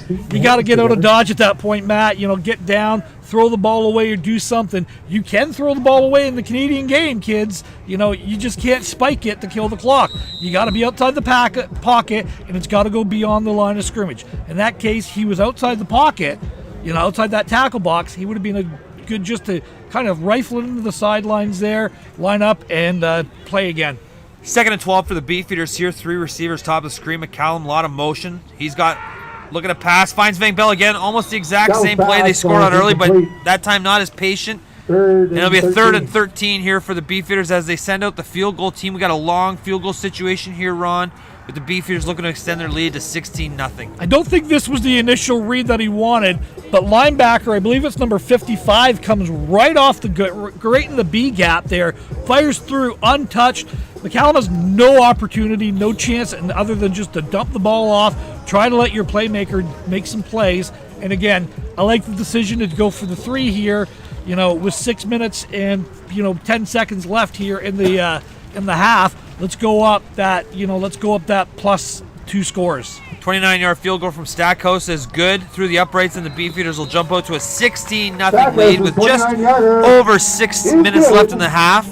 So far, the Beefeaters have been opportunistic and take advantage of the drives when they've had situations where points have been available. Hurricanes have struggled to complete, finish drives. They had a couple third down in situations the last drive where they were successful in keeping the drive alive, but unable to punch in on that third down play at the end of the game. And so far, Ron, if you're the Hamilton Hurricanes coach, what are you thinking is something, as adjustments are said, what are you thinking in terms of adjustments need to be made? I just got tongue-tied there, Ron. Yeah. Holy crow. If you're analyzing what Hamilton's done well in this game, it was run the ball effectively on first downs early in the game when they had that positive field position. Why not go back to that kind of philosophy? Foster's been running the ball really, really well, attacking the offensive line with speed. So I kind of like going back to it, use a short passing game. Again, tough wind, tough weather. I don't think the long pass is there for either team. Duke's looking to pass on first down. He's scrambling now. He's got a receiver breaking down the field. He's got him open, but he can't find him. And he's going to go to bounds for a loss of 1. He had the receiver. Looks like it was Terrell. For a loss of a yard. Sorry, Marcus Jones. He had Marcus Jones up the sidelines, breaking away wide open, but just unable to set his feet and find him with the pressure in his face. And it'll be 2nd down and 11 to go for the Hurricanes here. Again, just good job, understanding that's going to be a tough completion as the rain's starting to come down a little bit now, Matt, and that's going to make it, again, even more difficult. To say it's gusty here at Citywide, a place that we've nicknamed the wind tunnel over the years, is rather an understatement. Definitely a windy night here in London as the Beefeaters take on the Hurricanes in OFC semifinal action here. 2nd and 11 for the Hurricanes here. Duke's at quarterback, 2 receivers in the backfield. He's looking to pass. He's got 3 receivers at the bottom of the screen. Pressure in his face. He's looking to scramble. He's not going to have enough for a first down. And he'll go down for a gain of 1. He'll be a 3rd and 9 here for Dukes. And as the game has gone on, the London Beefeaters pass rush has started to dominate the game. There's multiple flags at the end of the play. In the pile, we got a London Beefeater player down. Tyler Thompson. Could be Tyler Thompson. No, sorry. We got Mo Kadri, the linebacker out of London Lucas, down after the play, and there's some flags that are going to have to be assessed. We'll see how the flags kind of turn this drive around. Is this going to result in a first down for Hamilton, or is this going to push them back even further, facing a 3rd and long situation? Well, unfortunately, I just saw the indication. I was trying to figure out exactly which way it was going to go there, but they are going to call that against rough play against the Beefeaters. Maybe it was piling on with the tackle or something at the end with the quarterback. I'm not really sure, but there was definitely something there. I thought it was something that was said after the fact, Sure. kind of in that scrum that always seems to happen at this age group that we see quite often. It's unfortunate. Again, we talked about earlier, playing with composure, playing with discipline. First time we really saw the Beefeaters, in the last little while, not play with that composure. So, see if they can get it back here. One of the stories of the Beefeaters season so far has been those 15-yard penalties, keeping drives alive. Duke's play action. He looks to throw. He's got pressure in his face. He got a screen pass set up. He's going to find Stanley, but no room for Stanley to run. The London Beefeaters defensive line is really starting to pin their ears back and get after Dukes, knowing that they've pretty much abandoned their run game in the last 3 drives or so. 2nd down and 13 for the Hurricanes here. And in a situation where we'll likely see the London defensive line really get to pin their ears back and come after Dukes on a 2nd and long. Not only does the defensive line get after it, what a great play by the linebacker there. Understanding, oh shoot, there's a screen call coming, and does a great job of breaking down, holding on. If he misses that tackle, the running back for Hamilton, Stanley is off to the races. Draw play for the Hurricanes there to Stanley. He's going to have a little bit of space, but not enough to get the first down, facing a 2nd and 13. We'll call it a 3rd and 9 for the Hurricanes here at the 53-yard line, just shy of center field, in a situation where you could definitely make an argument to go for it. I think they are, yeah. Trailing 16-0 with 4 minutes left in the half run. Your last punt was blocked. You haven't had any success kicking the field goals or anything else. The last time you played, the Beefeaters gave up a safety for your only points in the game. You've got to get something going here, because at this point you're looking at 6 quarters, not just 2. We're looking at 6 quarters without scoring any points. Offensively, the time is now. you really are to that point where it's now or never for the Hurricanes. Dukes looks to pass. A lot of pressure, and he's going to go down. London Beefeaters' defensive line is dominating the game in the last 3 plays or so. And the Beefeaters will take over on downs on their side of the field. Hamilton Hurricanes' offensive line is getting overwhelmed by the defensive pass rush from the London Beefeaters run. It's not even that they're blitzing. It's 3 or 4 guys that are coming here. You know, they bring a 5th guy off the edge, fine, but it's the inside pressure that is really kind of taking over the feel of this game, which is maybe why they went away from that run game that we saw with some success earlier in the game, Matt. But now if you're the Beefeaters, you're in prime position. You get another score here, even a field goal, but if you get a touchdown here and go up 23 points going into halftime, this game's pretty much over.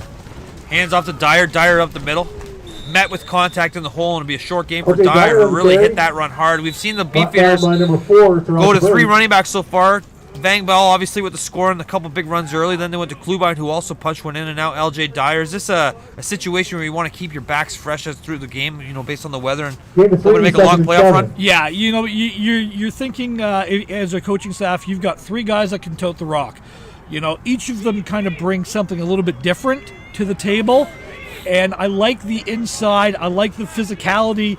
And it allows your offensive line to really fire off because, again, Matt, you and I both love coaching offensive line. You want your offensive line firing off and really opening up those holes. For sure.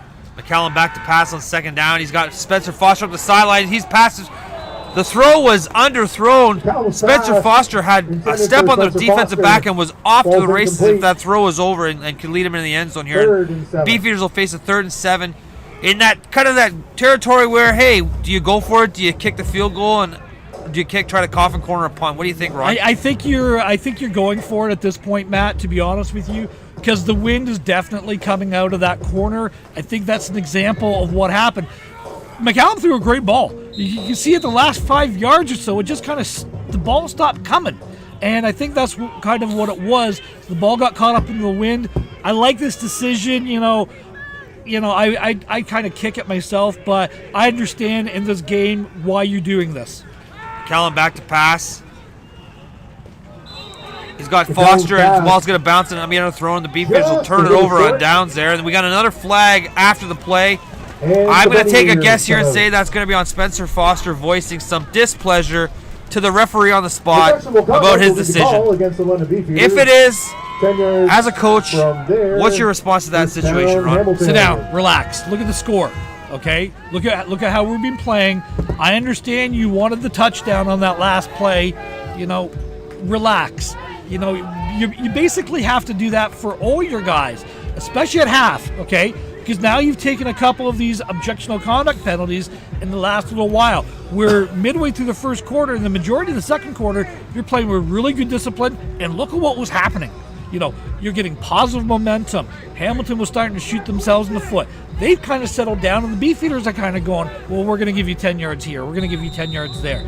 It really has been the story of the Beefeater season, and they have to eliminate that if they are going to beat the Fratmen next week in what we suspect will be the matchup. It's hard to win games when you're giving teams 15-yard gifts. Hurricanes first down, just shy of the 50-yard line. Dukes turns his quick screen, throws it out there. Met by a bunch of Beefeaters, and he will have nowhere to go. We'll call it a 3-yard loss there for the Hurricanes receiver. And it'll be 2nd down and 11, 12 to go for the Hurricanes here. Desperately needing a score as the clock ticks under 2 minutes and 40 seconds here. So again, the wind has been such a factor. It's playing with it on both ends. It's overextending on the far side of the field from us, Matt. It's bringing the ball closer to you. And again, the longer this game goes on, the harder and harder it is going to be throwing of the ball. So all the defensive players right now are pinning back and going, nothing's going overhead because they can't put it over our heads. Now we're all just coming downhill. Run play for the Hurricanes there on 2nd and long. And Stanley's going to have nowhere to go. I have a funny story. I'm not a big fan of throwing those step-off screens to the wide side of the field. I have a funny story about my time at Western about throwing one of those in a game, and it was intercepted, and Coach Marshall was definitely not happy with the decision to throw that ball to the wide side of the field, and definitely let the coaches know that he wasn't satisfied with the decision. Very kindly, very elegantly let us know that he was not satisfied. But regardless, we'll face a third down and, we'll call it 7 here for the Beefeaters. But is there a flag on the play again? There's a flag Another flag on the play, and that's been the theme of the night, is just yellow flags everywhere. It's like, Oprah, you get a flag, and you get a flag. Everybody gets a flag. Well, this particular play, 2 people on the Hamilton Hurricane team did get flags. We got a hold, but then you also have, after the play, objectionable conduct. So I'm not really sure how the yards are going to work out here. Do you decline the holding penalty and then give them the yards gain and then move it back 10 yards? I think that's kind of what you do, because he didn't have enough for a first down. Yep. So even after the play, you're just going to move it back and you're going to get down. Ron, I think you could win the OFC if you could just avoid taking 15-yard penalties in this league. Because I think you could probably win most leagues if you can avoid. We have seen a lot of 15-yard penalties this year for both teams, not just the London Beefeaters, but both teams. It seems like maybe these young men get to that age where they got a little bit of that pent-up energy, and the 15 yards penalty starts to fly. The Beefeaters will face, Hamilton's going to be 3rd and long here, looking to punt the ball back. 2 minutes, 12 seconds left in the first half. Beefeaters lead 16-0 in OFC semifinal action. We're at Citywide Field in London. The weather is cold and windy, and just a hint of rain. If you're wondering where the rain came from, it's because Ron said it was going to rain right before it rained, so we're going to put all the blame for the rain on Ron. Actually, it's coming from Michigan, to be honest. But well, Ron brought the rain from Michigan then. Beefeaters here looking to return the punt. A lot of pressure in the face. McRoberts almost had that blocked. It'll be a short punt that'll go to bounds with no return, but McRoberts was a long fingernail away from blocking that punt there, which would have been the second one there. It was out of bounds. And Hamilton's special team struggles continue. They're having a tough time kind of playing the field position game, and the Beefeaters will take over just shy of the 50-yard line. It looks like the entire game's been played in this 20-block window right in front of our face in the center field here, Ron. Well, it's just great for us calling it. We can just look up and see it. We don't have to guess where the ball is. It's when you get closer to the end zone, we're going, is that the 6 or the 7 or 14? But again, what you want to do here if you're the Beefeaters, Matt, is I think you want to get a score. You want to get a field goal or a touchdown. Run the ball here. Let's get a couple of positive runs going. Callum wide to Van Bell, who cuts up. Nowhere to go there. The Beefeaters, they've committed to the run game, but just having some trouble getting those big chunk plays that we're so accustomed to seeing from Van Bell over the years. We'll have a 2nd and 9 here for the Beefeaters, just around midfield here. The wind is really starting to pick up over the last couple minutes. It's howling. I'm sure you can hear it in the background if you're watching at home. If you are watching at home, good for you, because it's a chilly night here at Citywide Field in London. McCallum's at quarterback for the Beefeaters. Van Bell beside him at running back. Beefeaters have been running all 3 of their backs so far tonight. McCallum looks to pass, a lot of motion. Got an early movement, but no flag. McCallum looking to pass, patiently waiting. He's scrambling, but he's going to be, tackled up there by the defensive line for the Hamilton Hurricanes. It looks like they had a long concept going downfield. McCallum just could not find anybody open there, and this will be a punting situation for the Beefeaters here. Hamilton will get the ball back with 1:30 some odd seconds left in the half. Possible chance to get a drive going and see if they can get one late, but they'll have to start deep in the field territory or deep in their end zone. You're gonna have to go 90 yards here, or almost 100 yards, depending on where the ball goes, and depending on the inevitable penalty that's going to come at the end of the return here. So see which way it's going to go, but tough sledding here for the Hurricanes, who have really shown not much. They had opportunities early, weren't able to capitalize. Stackhouse gets the kick away and face of some pressure. Hamilton catches on the bounce. He's around the edge. Nowhere to go. They're great coverage from the Beefeaters. I'll tell you one thing. The London Beefeaters kick coverage team is pretty efficient. Kicks on the return. I don't know if we have a chance. I'd like to, if we could get the camera to show that downs box there. The referee crew, the great referee crew here, is having a little trouble with the downs box. It's seen better days. There's about 1.5 pounds of white tape on that downs box if we had a chance to show it. But it's one of the stories of London football. The downs box is taking a beat down this year for the Beefeaters here. It's definitely been seen its better days. Yeah. But again, really good job. Again, coverage has been the story of the year for special teams for the Beefeaters. I know everyone wants to talk about, well, look at they're setting records, blocking kicks and everything else. Yeah, but they're not giving those big plays up, and the coverage has been outstanding. Kudos to Coach Scarpson for that. Hurricanes look back to pass. Dukes has got pressure in his face. He's going to go down, and he is met there by Fletcher. The London Beefeaters D-line is just dominating the last 3 drives. Almost an exercise of futility for Hamilton to look to pass the ball with any sort of depth in their routes, because Dukes just does not have the time here. No, and again, like we talked about, it's coming with 4 people. So it's not like they're sending a 5th and 6th guys here. It is 4 guys consistently coming with pressure who are beating the 5 or 6 blockers that Hamilton have in, which is allowing the extra defenders. They're just playing a zone across there and saying, no, we're just picking everybody up.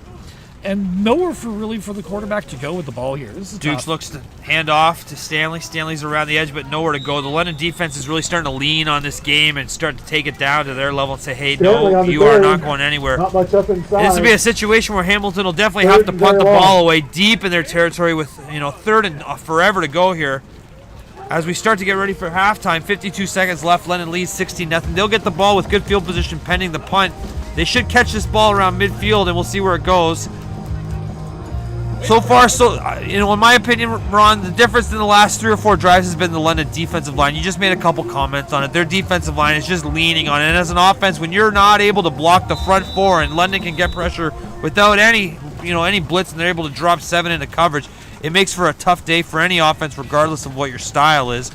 Dukes has had nowhere to get the ball out, and they've kind of leaned on their run game but not able to find any holes.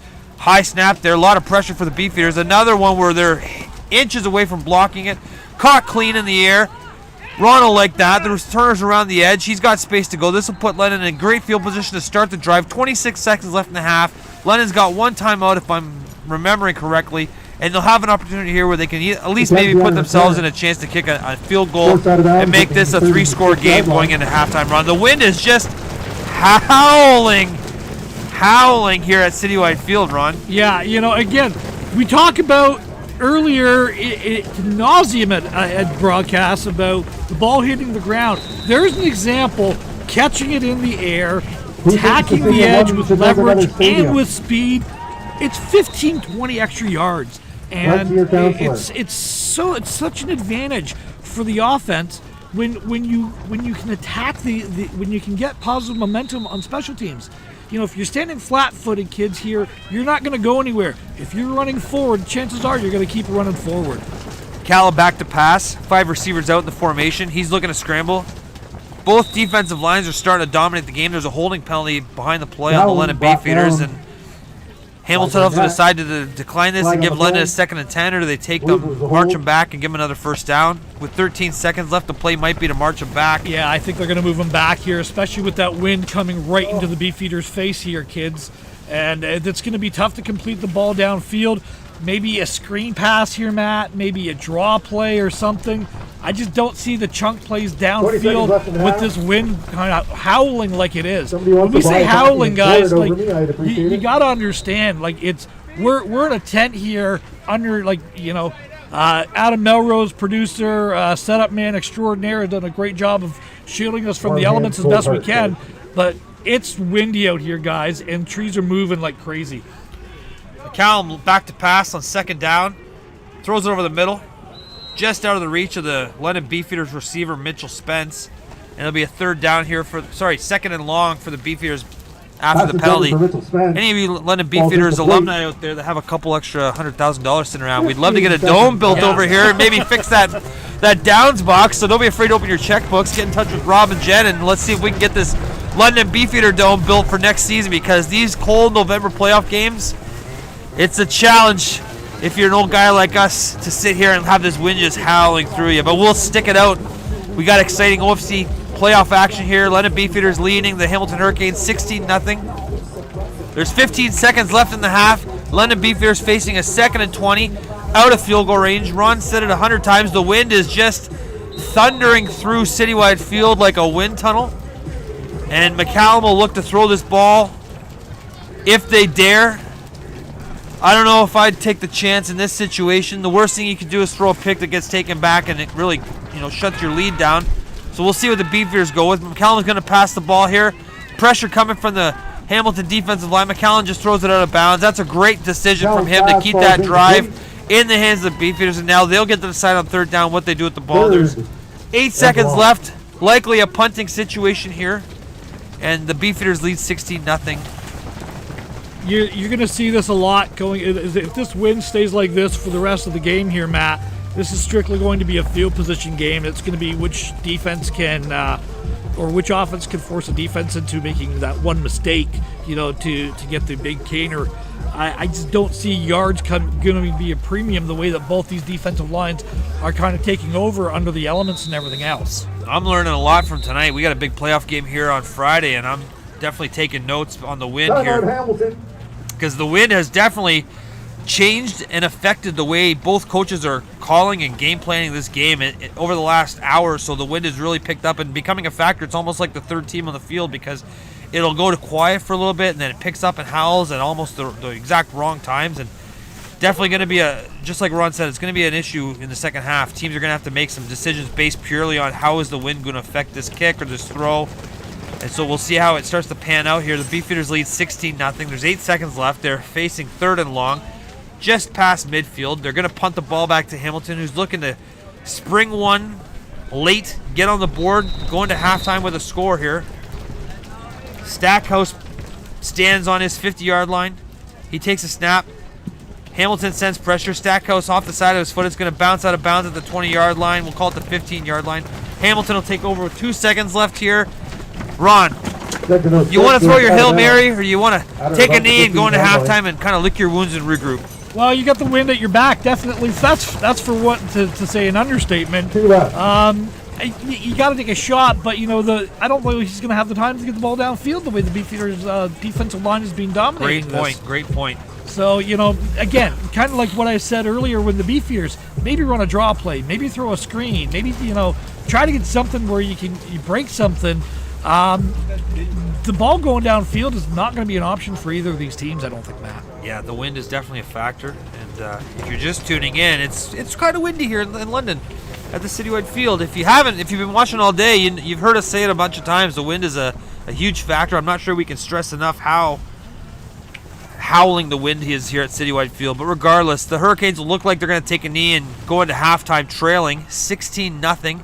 London scored on a Klubine run and a Taz Van Bell completion from McCallum, and then a field goal from Stackhouse, and they lead 16-0 here.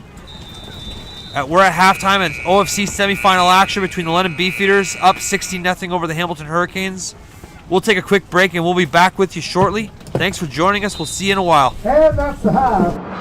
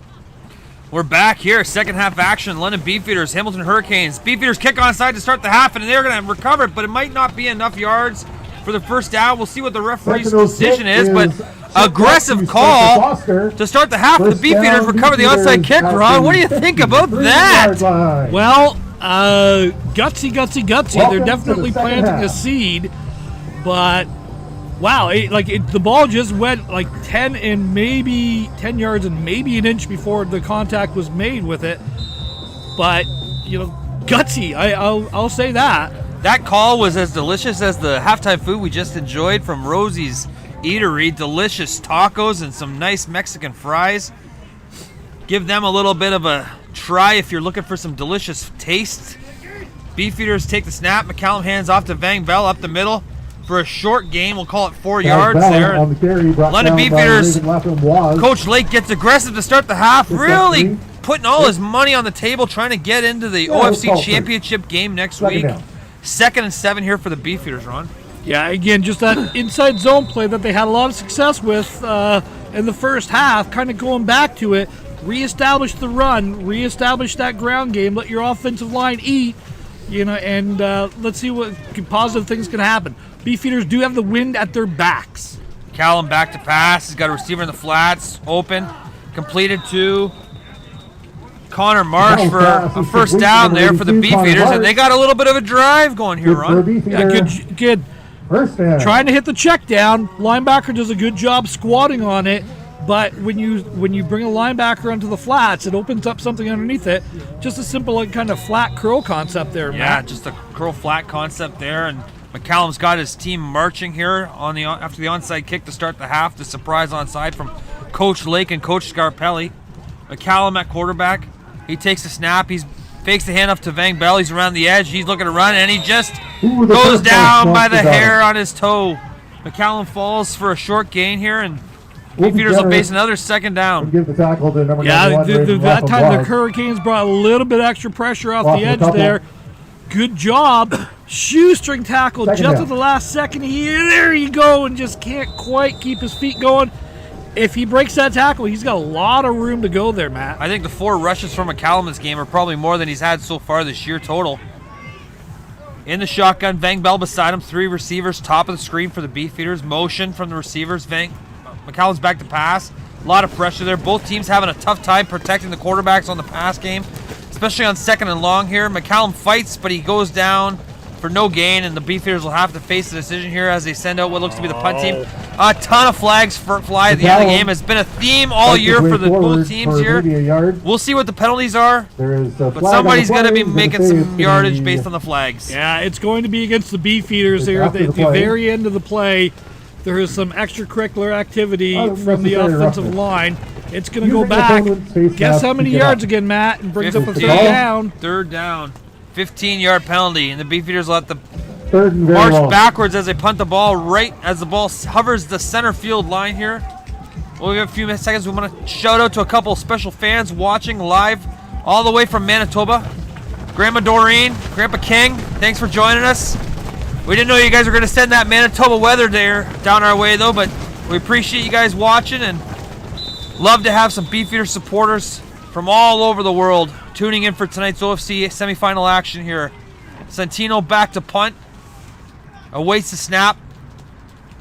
He gets the punt off. Low. It's going to bounce. Hamilton's going to take it on the bounce. Drops the ball. He's got nowhere to go. Beefeaters coverage team is on the spot as they've been all night. And the Hurricanes will start the drive just shy of the 30-yard line. Backed up deep with an offense that hasn't had a lot of success so far tonight, Ron. No, again, I like the low punt in that particular case because it makes the ball hit the ground. And look what happens. A theme we said all year, ball hits the ground, it's going to be 15 yards when on the ricochet. And it literally did drive it back an extra 10, 15 yards on that. Turns around, does a good job flipping the field. Smart decision there. Onside kick didn't quite work out for the Beefs on that particular time. But they stole a possession and forced Hamilton to start backed up deep. Dukes at quarterback, 4 receivers to the bottom of the screen, 2 go in motion across the formation. Dukes looks to pass, turns and pitches it to Stewart. Nowhere to go. The London Beefeaters linebackers are on the spot. Matthew LaBelle in on the tackle there. on Javante Stanley, Short game. the Hurricanes Got a running back. Hurricane down. He started off strong. The last couple series, they've had a really tough time establishing any sort of run game, and as we've mentioned before, the London defensive line is really getting after the quarterback on the pass rush when Hamilton's forced to throw the if you're ball. from London, Face a second down here email and call it your city 10 for the counselor Hurricanes, looking to keep a and drive say alive you here, would desperately really needing a like score. bleachers We got another injured player down on the field here and team for the curtains Hurricanes. at Citywide Can't see the number, so that but there's a wind break. Are you feeling me? looks like the young man is up on his feet, lower body injury. And then we can all enjoy. Could be games an a ankle whole or a lot knee more. based on the way he's limping. Hopefully he'll be back soon. It's nothing serious. But the Beefeaters are really getting after the Hurricanes here. The pass rush for the Beefeaters has been dominant the last 4 or 5 drives. Hamilton's had a tough time whenever they have to drop back to pass, getting any sort of time for Dukes there. As the London Beefeaters are looking to cash in a ticket to the OFC Championship game and return back. 2019, obviously they were the last time we played football in the OFC. They were the provincial champions and looking for a rematch against the St. Clair Fratmen in what would we expect to be the OFC finals. Dukes backs to pass now. He's got a receiver down the sidelines, and he had a spot there to drop the ball in, but unfortunately the receiver unable to catch the ball, and Hamilton will have a third down and long where they're going to have to punt the ball. Ron, what did you think about that call? Well, you know, it's going to be like we talked Third about down. it a little bit at the end of the first half. It's going to be hard to throw the ball in this direction because that's how the wind's coming. But the wind has died down a little bit over the last 10 minutes or so. Believe it or not, it's not howling quite as bad as it was just before half. The wind is still a factor. The wind's going to be a factor all night. Get over it. Welcome to Canada. Welcome to November. You know, that's what's going to happen in the Canadian game. I think it's going to be a tough sell to try to throw the ball more than 10 or 15 yards downfield just because of the conditions, Matt. Fernandez Brown back to punt for Hamilton. London has 2 returners back, hovering around the 50-yard line. Fernandez Brown gets the punt off. It's a high punt. It's going to fall short. Beefeaters catch it in the air clean. We got a lane here. There's a flag out on the play here, but the London Beefeaters returner has some space. We'll see what the flag is. It came from behind the play, usually the result of a block in the back or a holding penalty. And we'll see how this penalty is assessed we expect London to be pushed back, but on the tackle. he caught the ball in the air, Ron, so that's got to make you happy. Yeah, again, it's Illegal block. so hard to It's gonna be the do. call. You know, like it's been a Against point that you the kind of Beefeaters. stress all year, Back it up and 10 you try to point. teach at all levels of football. Gonna call it the Catch the 40 ball in the air is a huge advantage. 4-yard line. Unfortunately, there was a block in the back or an illegal block on the far end. I missed the number who it was against. It was pretty early in it. It is what it is. You kind of move on. Beefeaters have the ball on the 45-yard line now, 1st and 10 with 11 minutes to go in the third quarter. Matt, I'd like to see them kind of go back to what got them to the dance here. You know, run the ball, maybe make the smart decisions, check down, throw the ball on those quick little slants, or maybe a crosser or something like that on an under route. Callum hands off to Bang Bell, who's got space. He's weaving through traffic. He'll go down for a gain of Down to 5. carry.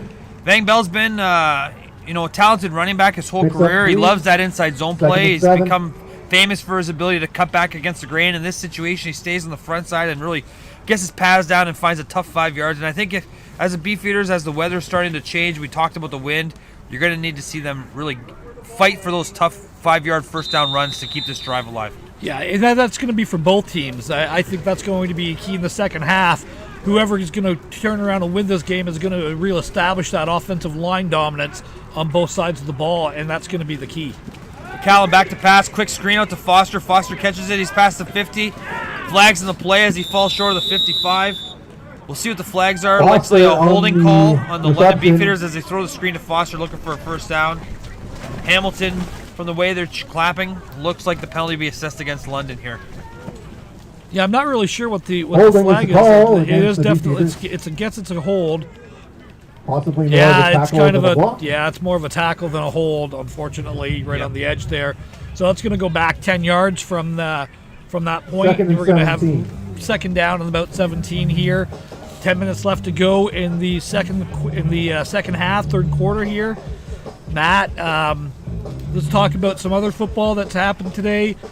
Western Mustangs won 31-12 over the Guelph Griffins. I don't know what the score was, but someone that you know, Steve Schneider, led Queens, only undefeated team left in Ontario, host the Mustangs next week. What do you think the game is going to be like next week there? Yeah, my brother, the head coach at Queen's University, beat Ottawa today for the third time this year, and they'll cash a ticket into the Yates Cup next week against Western down in Kingston. Obviously, Steve spent a couple years at Western and had some pretty good success. They were the Vanier Cup champions in 2017 and then lost in the Vanier Cup in 2018, which allowed him to get the opportunity to get a head coaching job at Queens. I think it's going to be an exciting game. Both of those teams know each other.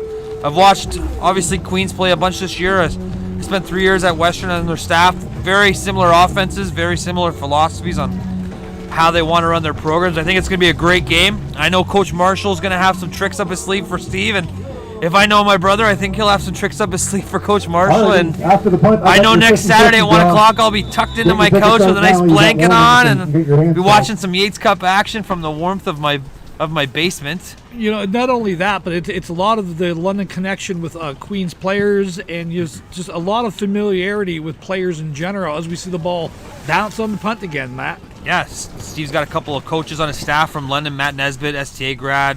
Tom Flax from the offensive coordinator actually coached at Western as well, so he's familiar with Coach Marshall. And obviously Coach Marshall, he's the dean of Canadian University football coaching. He'll have his boys ready to go, and I know a lot of players at Western, and they're going to be fired up to face old Coach Schneider, and I hope they have a great game as well. A lot of those guys are near and dear to my heart.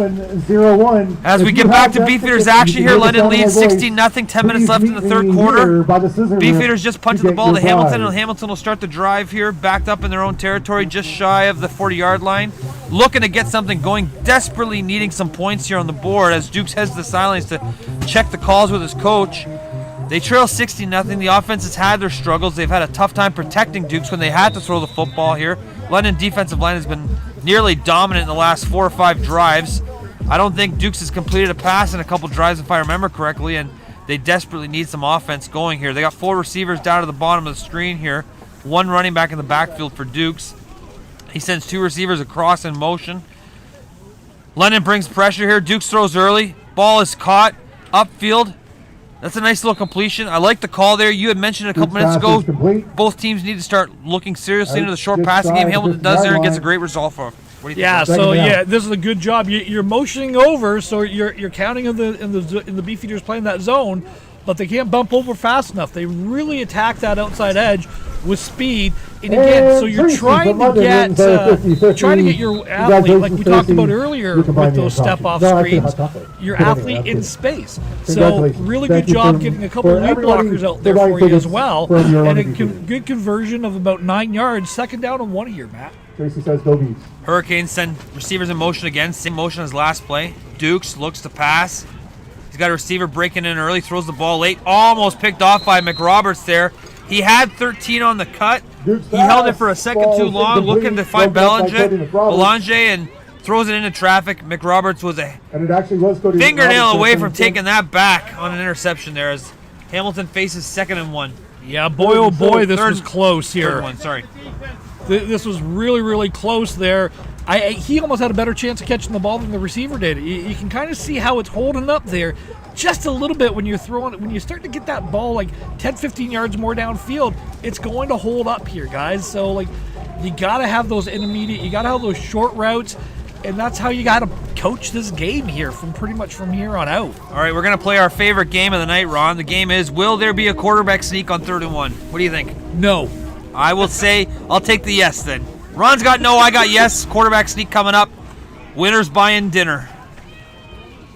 Under center, that looks good for Snyder here. Turns, hands it off, and Ron Forwerda is again victorious with our most favorite game. Will there be a quarterback sneak on 3rd and 1? But the Hamilton Hurricanes will not be victorious. Well short of the first down, and London looks to take over here, pending review of the referee spot. Ron, you were right. This has been your best night so far in terms of predictions. It's been the only night I've had You really struggled last week. I didn't want to say it, but you really struggled last week. You're almost like a crux for the Beefeaters. Whatever Ron said, the exact opposite happened last week. But tonight, Ron has been on his They game. need measurements here. And That's the London Beefeaters will take over on first down here on downs, thanks to a great stop on third down from their defensive line, who's been dominant so far. And maybe the Hurricanes should have gone for the quarterback sneak. That's a generous spot because they gave him the first down on that, Matt. Did they? I didn't Wow. think he got there. That- It was a late push. I thought they had him stopped. It didn't even look close to me. Dylan Thomas But banged up for the Beefeaters. that's why I'm not here and not on the field with a referee's shirt on.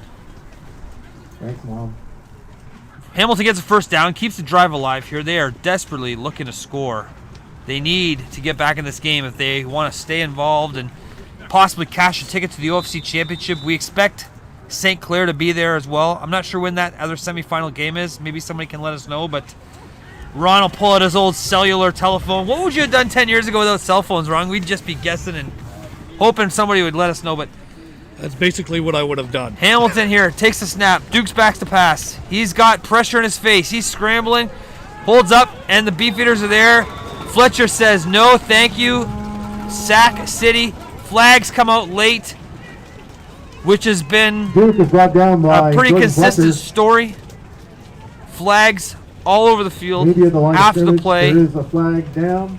Hamilton Hurricanes facing a 2nd and 10 here, Tilted. trailing 16-0 with 6 minutes left in this third quarter in this OFC semifinal action. We got a roughing Roughness is the call after the against Beefeaters. play against the Beefeaters, which will give Hamilton a 15-yard gain and a first down here.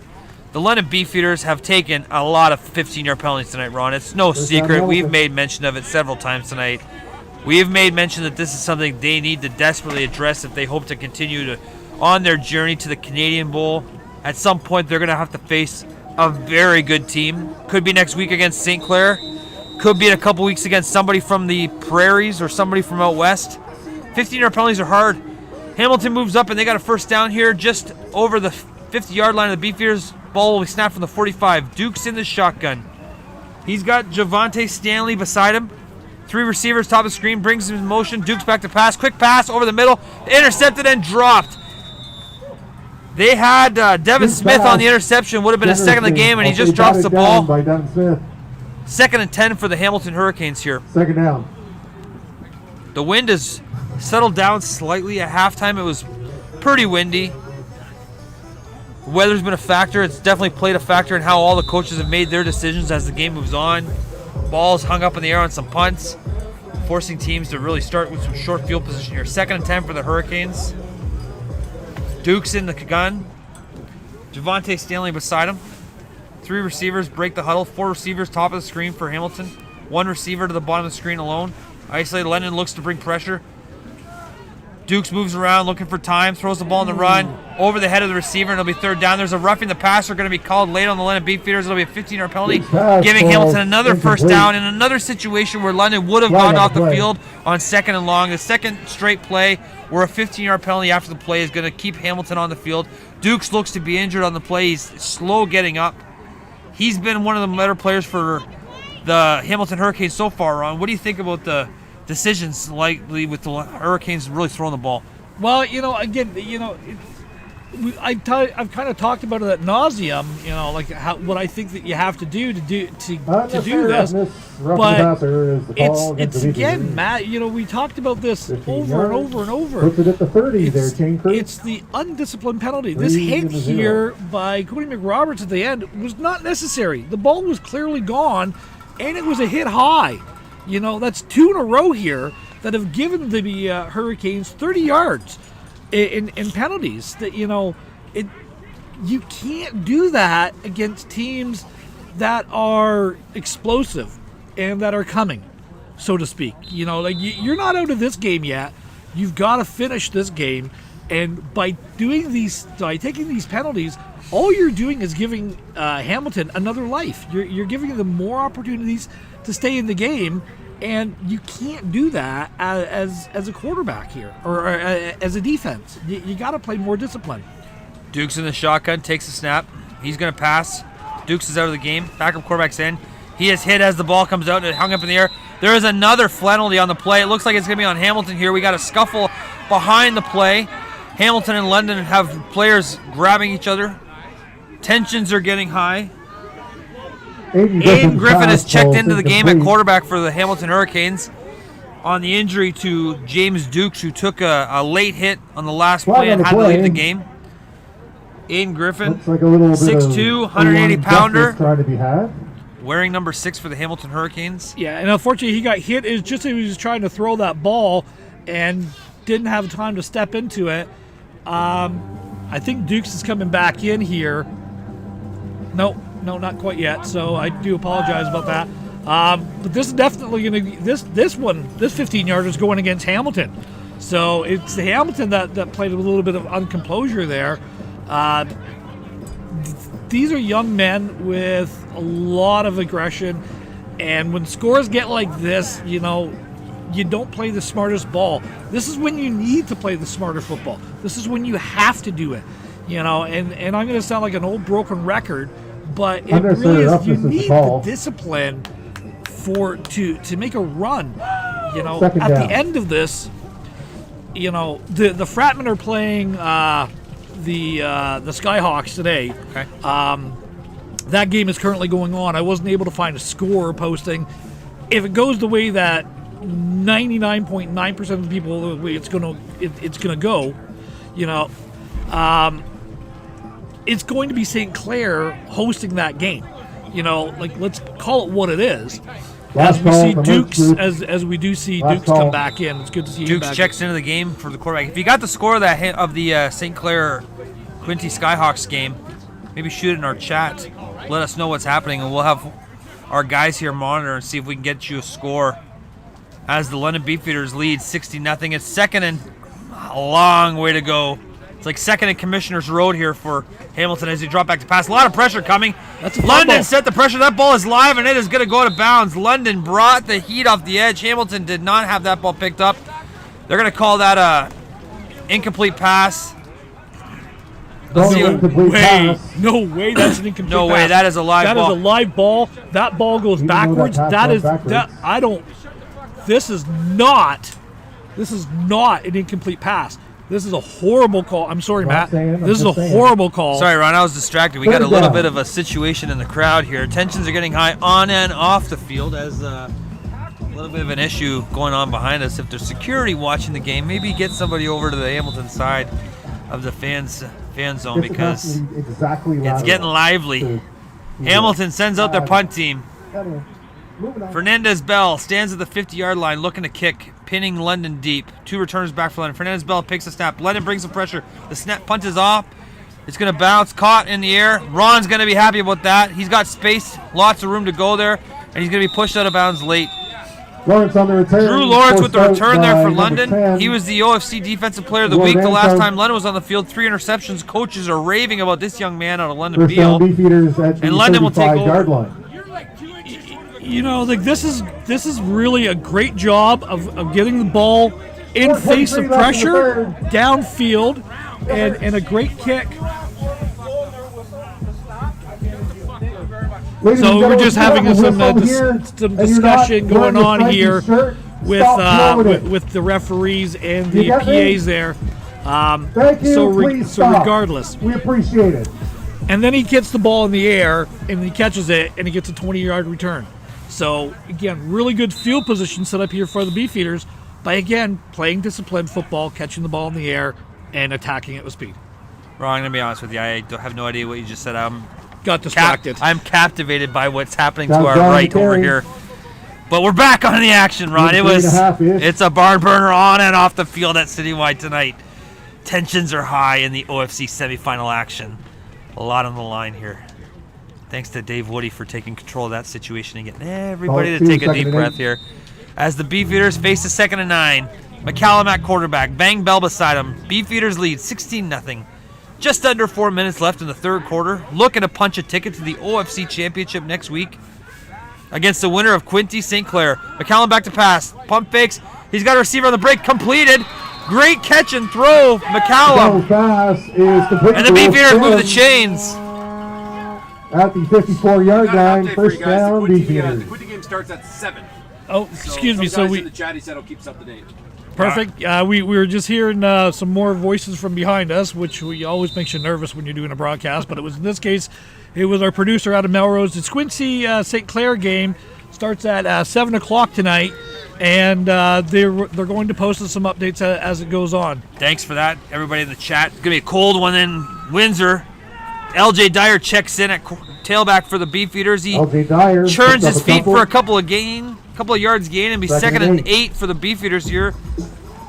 On the 52-yard line going in, Beefeaters lead 16-0. There's 2 minutes and 45 seconds left. We're live from Citywide Field in London, Ontario, on a cold November evening. OFC semifinal action between the London Beefeaters in red and the Hamilton Hurricanes in blue. You know, here's something, Matt. We haven't seen a lot of the running back Kluba, Noda Beal, much in the second quarter and beyond. You know, and he had a lot of success early in the game. Yeah, big touchdown run on the first touchdown for the Beefeaters. McCallum moves under pressure, finds the receiver through the middle, but knocked short. Wolf Sim unable to come up with a catch. And the Beefeaters will have a 3rd down and 9. They'll have to punt the ball away.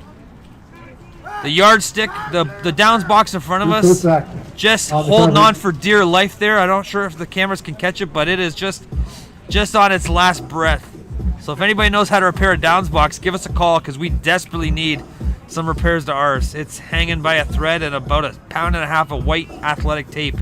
There we go. She's had better days, the downs box of the London Beefeaters. But she's, just like the Beefeaters, she's hanging in there trying to cash her ticket to the OFC Championship game as well. Hopefully they give her a chance. The old girl still shows you what down it is. There's a punt from Centino. Bobbled.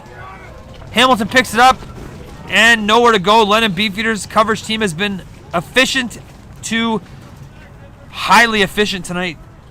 The downs box. We'll give her one last shout out. Give us everything you got. So I was just about to say, as they were going to punt that ball, that the wind has kind of seemed to have dissipated a little bit at the moment. And just as the punt's happening, the wind kind of picked up again. So, you know, it's gusting, but it's not as bad as it was just before half here, Matt. Old Mother Nature's not going to let us forget that she's here too. She got a ticket. She's looking to cash in and go to the OFC Championship as well. Hamilton Hurricanes start 1st down, deep in their own territory, trailing 16-0. Minute 55 left in the 3rd quarter. In this OFC semifinal action Saturday night, live from London. Michigan Wolverines beat Penn State today in a great finish. Moved to 9-1, setting up a big matchup with Ohio State. Beefeaters defense looking to get after Dukes. Dukes throws the ball over the head of the receiver.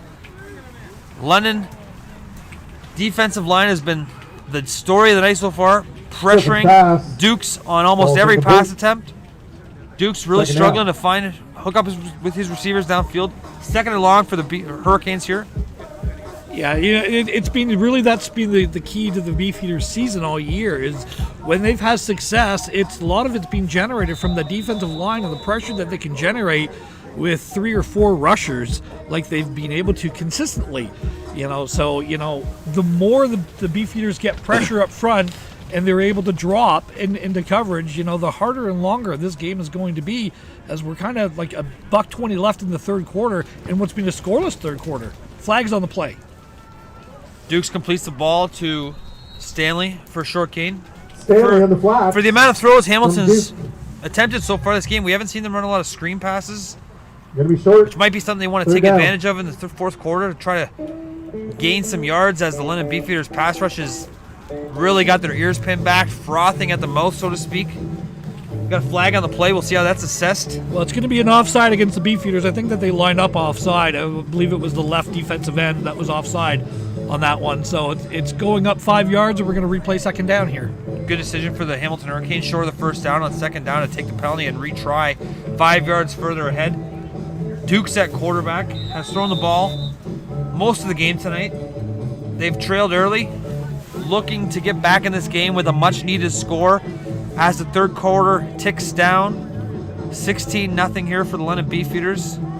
Again, Citywide Field in London, Ontario. The wind is howling. The weather is quite chilly. My toes are screaming for a break. I definitely should have worn my winter boots. We had a great conversation at halftime about at what time do you pull your winter boots out of the basement. I think it was last night. Dukes takes the snap, back to pass. He's got a receiver over the middle. Completed. Great catch there Amazing catch from Good Marcus pass Hogel is to complete jump up and haul to that number through 17, in the middle of Marcus two Hogel. defensive backs. A much needed first down for Hamilton, Ron. What do you think about that? This throw? has been his best throw all game. Pressure's coming off the edge. Excuse me. Steps up, throws the inside post. Great, decisive, steps up to it. Hamilton defensive offensive line does a really good job allowing him to step up, giving him the time to throw that ball. Hey, this kid can sling the rock. We've seen it in a few moments in there. It's just they can do it consistently, as this will be the last play of the third quarter. So Hamilton's going to have the wind at their back in the fourth quarter here, regardless of how the wind does or doesn't play out in the second half. Duke's back to pass. Pressure's on him. He's going to go down quickly. Hauled down by Kadri. Kadri came through the middle untouched, taking Dukes to the ground. Second and long for the Hurricanes here as the quarter comes to an end, and we'll flip around. Fourth quarter action about to start. 16-0 London Beefeaters lead the Hamilton Hurricanes in OFC semifinal action live from Citywide Field in London, Ontario. Still looking for donations for our efforts to build a dome around this for the fourth quarter here. Try to keep the fellas warm in the booth. Might be a little late, but next year we're hoping to have a dome built around this place. If you have money, if you're a Beefeaters alumni, get your checkbooks out, send them in. You can make those checks payable to Ron Forwerda. Absolutely. Let's be honest. We would appreciate a heater at our feet. We could do that. I'd take a warm blanket and a hug right now. I'll give you a hug, Matt. All right. That was worth it. Thank you, Ron. That really felt good. All right, fourth quarter action about to start. London Beefeaters leading 16-0 in OFC semifinal action. The winner will move on to the OFC championship next week against the winner of tonight's Quinte Skyhawks St. Clair Fratman game that's likely to kick off in a few minutes. Looking at the clock on my phone's dead, so I can't even tell you what time it is, but we should have that game underway shortly. 7:04 kickoff, moments away in St. Clair. Hopefully you guys out in TV land will keep us updated on the score, and we can let everybody else know. Don't be afraid to throw your updates of the St. Clair game in the chat, and the boys will keep us informed on what's happening in Windsor. Right now, if things don't change for Hamilton, London will be cashing their ticket to the OFC action. OFC finals in 15 minutes. Hamilton desperately needing a score here to stay in this game. Facing a 2nd and 20, backed up in their own territory after the sack on Dukes on the last play of the third quarter. We got a 15-yard penalty against Hamilton as well, which will back them up even further. Wow. Penalties. I'll say it over and over again because there's been so many, Ron. Penalties have been the problem for both teams.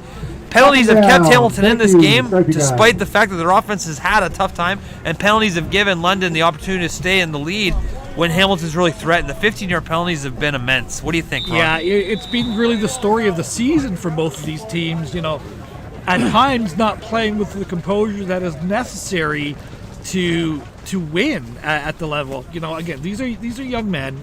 I get that. It's not an excuse. You've got to play with composure. You've got to play smart situational football. Duke's got the ball in the air. He's got a receiver. Miscommunication. That ball falls short. Almost intercepted there by Toby Gobanami from the London Beefeaters here. It'll be third and Commissioner's Road here for Hamilton. It's like a mile and a half to go. And they will send out the punt team here. Matt, what does Hamilton have to do? We're 14 and a half minutes left. You're down 2 scores. Offensively, you haven't really shown much. Well, I'll tell you, Ron. Thanks for asking. I was hoping you'd ask that. I think you throw the ball so much. If you got some screen plays, first down is a great time to throw screens. You're going to get the London pass rush. They've already shown that they're going to come after the quarterback. Any of your quick game stuff, anything with short crossing routes, your mesh concepts, anything like that, it's obvious to us that they can't throw the ball downfield because of the wind. Try to get the ball into the hands of guys on the move and see if you can get some yards after the catch. Fernandez Brown's punt hangs in the air. It's fielded cleanly by the returner. He's around the edge, and he will be tackled at the 45-yard line of the Beefeaters. So it'll be 1st and 10 for the Beefeaters on their 45. On the return from Nick McKenzie, who stays on the ground with an injury. Looks to have injured his ankle or his knee. Ankle there. He's grabbing his ankle. Hopefully it's nothing serious, but the medics will come out. Beefeaters will take over, leading by 16 points. 14-16 left in the fourth quarter. London Beefeaters, I expect to see a big helping of Tassie Vangbell, Klubine, and LJ Dyer on the ground as they try to close out this game and move on to the OFC championships next week against the winner of the Quinte Skyhawks St. Clair Fratman game. But Ron, just objectionable conduct against the Hurricanes. another at the penalty end of the against the play. Hamilton Hurricanes, and it's just Wow. It's almost like both of these teams don't want to win the game because of the penalties. I mean, it's I'm easy gonna for us to say say we're not Roughness playing the call. game, but at some point, I think you have to kind of look inside and say, do we want to be a champion or not? These penalties, 48 it's yard almost line will become be comical where at this you point start that from. there's a 15-yard penalty every 2 plays. If you haven't seen a 15-yard penalty, just wait a minute because there's one coming, right, Ron? Yeah, it is probably coming on the next player too. So you don't have to wait long. Shout out to, University of Michigan for beating my Penn State Lions today, which was a much closer game than everyone thought. Michigan's got one more game before the big one on the 27th, but all eyes are kind of pointing towards. Late flag on the play on that run as Blue line Klubine on the drives it through the pile for a big gain of very first down, late keeps the flag feet comes in. moving. And there's a very late flag on the play, very close to the London bench. Could be All right, who's heading somebody up to the making a couple comments after the play, but the story of the game has definitely been the flags. The flags are going to be the MVP of tonight's game. It's against Hamilton. This game reminds me of my bathroom, just a lot of laundry on the floor, and my wife yelling at me to pick it up and put it in the Jacksonville put it in the Fire laundry bin. I say, hey, throwing flags here. Got a football game. Beefeaters. Regardless, the London Beefeaters lead 16-0. They're going to move up a huge chunk. The penalty's on the Hamilton Hurricanes, which is going to gift London another 15 yards, and now they are knocking out the door. It'll be 1st and 10 for the Beefeaters on their 30-yard line, the 31-yard line of the Hamilton Hurricanes. Hamilton Hurricanes desperately need to stop at a score here to stay in this game and cash a ticket to the OFC Championship action. McCallum at quarterback. Klubine's back in the game at running back. We wondered where he went. McCallum looking to pass. He's got a receiver on the break early. Pushing the back. Another flag on the play. That was just... That's pretty obvious. That wasn't even... McCallum There's no pass hiding that one. intended He's for a just... Hamilton Believe it or is... not, there's a flag I on think the at this play. point, Hamilton might be more interested in kind of showing that they're here than trying to win this football game. Hamilton Hurricanes take a 15-yarder for pass interference on a super obvious pass interference. Who wants to start a pool? If you're How many watching plays from can we go without a Hamilton, flag? I'm not trying to be What's the mean, but over-under? there was no disputing that that was a Three very to go intentional under? pass interference call. Okay. And the London Beefeaters will march up 15 yards, knocking on the door of the end Pass zone for the interference Hamilton is the call Hurricanes. Leading 16-0, looking to add another 7 here. Still action to our right in the stands. First down at the 16. One more score here, Matt, will pretty much I pretty think much you're end right. it. We are 7 quarters deep in the games that Hamilton and London have played. In the kind of the back-to-back weeks, there was a bye week in between for the Beefeaters. Hamilton has yet to score. Oh, McCallum had the receiver in the end zone and just short of, and another passing flag complete. after the play. One there. Multiple Who had flags. one We in the have pool? penalties on the field, folks. I think we all did. Objectionable conduct against the London Beefeaters, or unnecessary roughness. I'm surprised to see a penalty thrown after the play, Ron, because it's been such a clean game so far. I know, like weird. It's been such a clean year. What do you think Jim Harbaugh would say if there was this many penalties in a Big Ten game? I think Mr. Harbaugh would blow his gasket. The khakis would definitely be creased. You're a Penn State guy, Ron. I got a question for you. Yeah. Will James Franklin be the head coach at Penn State at the start of next season? Yes. Or will he be out in sunny California? No, I think he's going to stay in at Penn State. I think they're building something. I'll go back to the Iowa game. Penn State's leading in Iowa City. Clifford goes down. They lose momentum. Backup quarterback can't complete a pass. And that kind of changed their whole season around. And they haven't really been able to recover from Foster that. gets a bunch of it Clifford back. played himself a whale of a game today, but you could tell that was not the same kid that was in the Ball second at half 10. of the game today that we saw in the first half of the season. But my gut is James Franklin wants to build it in Penn State. He wants to win a Big Ten championship. He thought he had an opportunity this There you year go. with the defense, but injuries and bad luck kind of happened. So you heard it here first, guys. James Franklin most likely be the next head coach at USC, based on Ron's guess that he will stay at Penn State. Hey, I haven't been wrong tonight on those. So. Ron's been right tonight. So far, so good. Beefeaters will kick a field goal here after getting a bunch back on 3rd and forever. Got a little bit of a fake field goal situation coming up for the London Beefeaters. We got a throw from Reed, and it's just short, and London will turn it over on downs. I had actually talked to Coach Scarpelli this week Ethan Reed's on the pass phone, was incomplete. a social call, and he told me about this great fake field goal they had all set up for this game, and it was a pleasure to see it in action, executed, and designed almost flawlessly, inches away. Shout out to Coach Scarpelli for a really creative fake field goal there, and I'm sure I'll be hearing all about it tomorrow on our weekly call when we talk all things football. Me and Coach Scarpelli usually have a conversation around 4:30 after watching the Lions get destroyed. We're both Lions fans. Did you lose to the bye week last week? Oh, we lost. First time we've lost the bye week. 13 years. The London. You know what? I'm gonna go on record though. I'm gonna go on record right now. The Detroit Lions will win on Thanksgiving Day against the Chicago Bears. I like that prediction. My wife said. I told my wife I haven't missed a Lions game in 20 years. She says, "Well, you've watched that many losses?" I said, "Oh." I'm a Chargers fan, dude. You bite your tongue there. I feel your pain. You bite your tongue. You don't talk about my Lions like that. But I'll go on record right now, and I said this to a friend of mine last week. Detroit's the best 0-7 team I've ever seen. They play hard for their coach. They're coaching hard. They're the inches away, and I think they're going to beat Chicago, who I think that will be Matt Nagy's last game as a Chicago head coach. But again, what do I know? Just kind of throwing it out there to the universe. A lot of predictions as the Hamilton Hurricanes quarterback Duke sails one over the head on first down. Hamilton Hurricanes start the drive backed up deep in their territory, desperately needing to get some offense going if they want to have a chance to stay in this game and cash a ticket to the OFC Championship next week against the winner of the Quincy Skyhawks St. Clair Fratman game that should be underway as we speak now. London defense will face the second down. Dukes has been throwing the ball for much of the game as Hamilton's trailed early and had a tough time getting the offense going. There'll be a lot of flags to play. We've actually gone 3 straight plays without a flag, so congratulations. That might be a record tonight. 2nd and 10 for the Hurricanes here. Deep in their own territory. Dukes in the shotgun.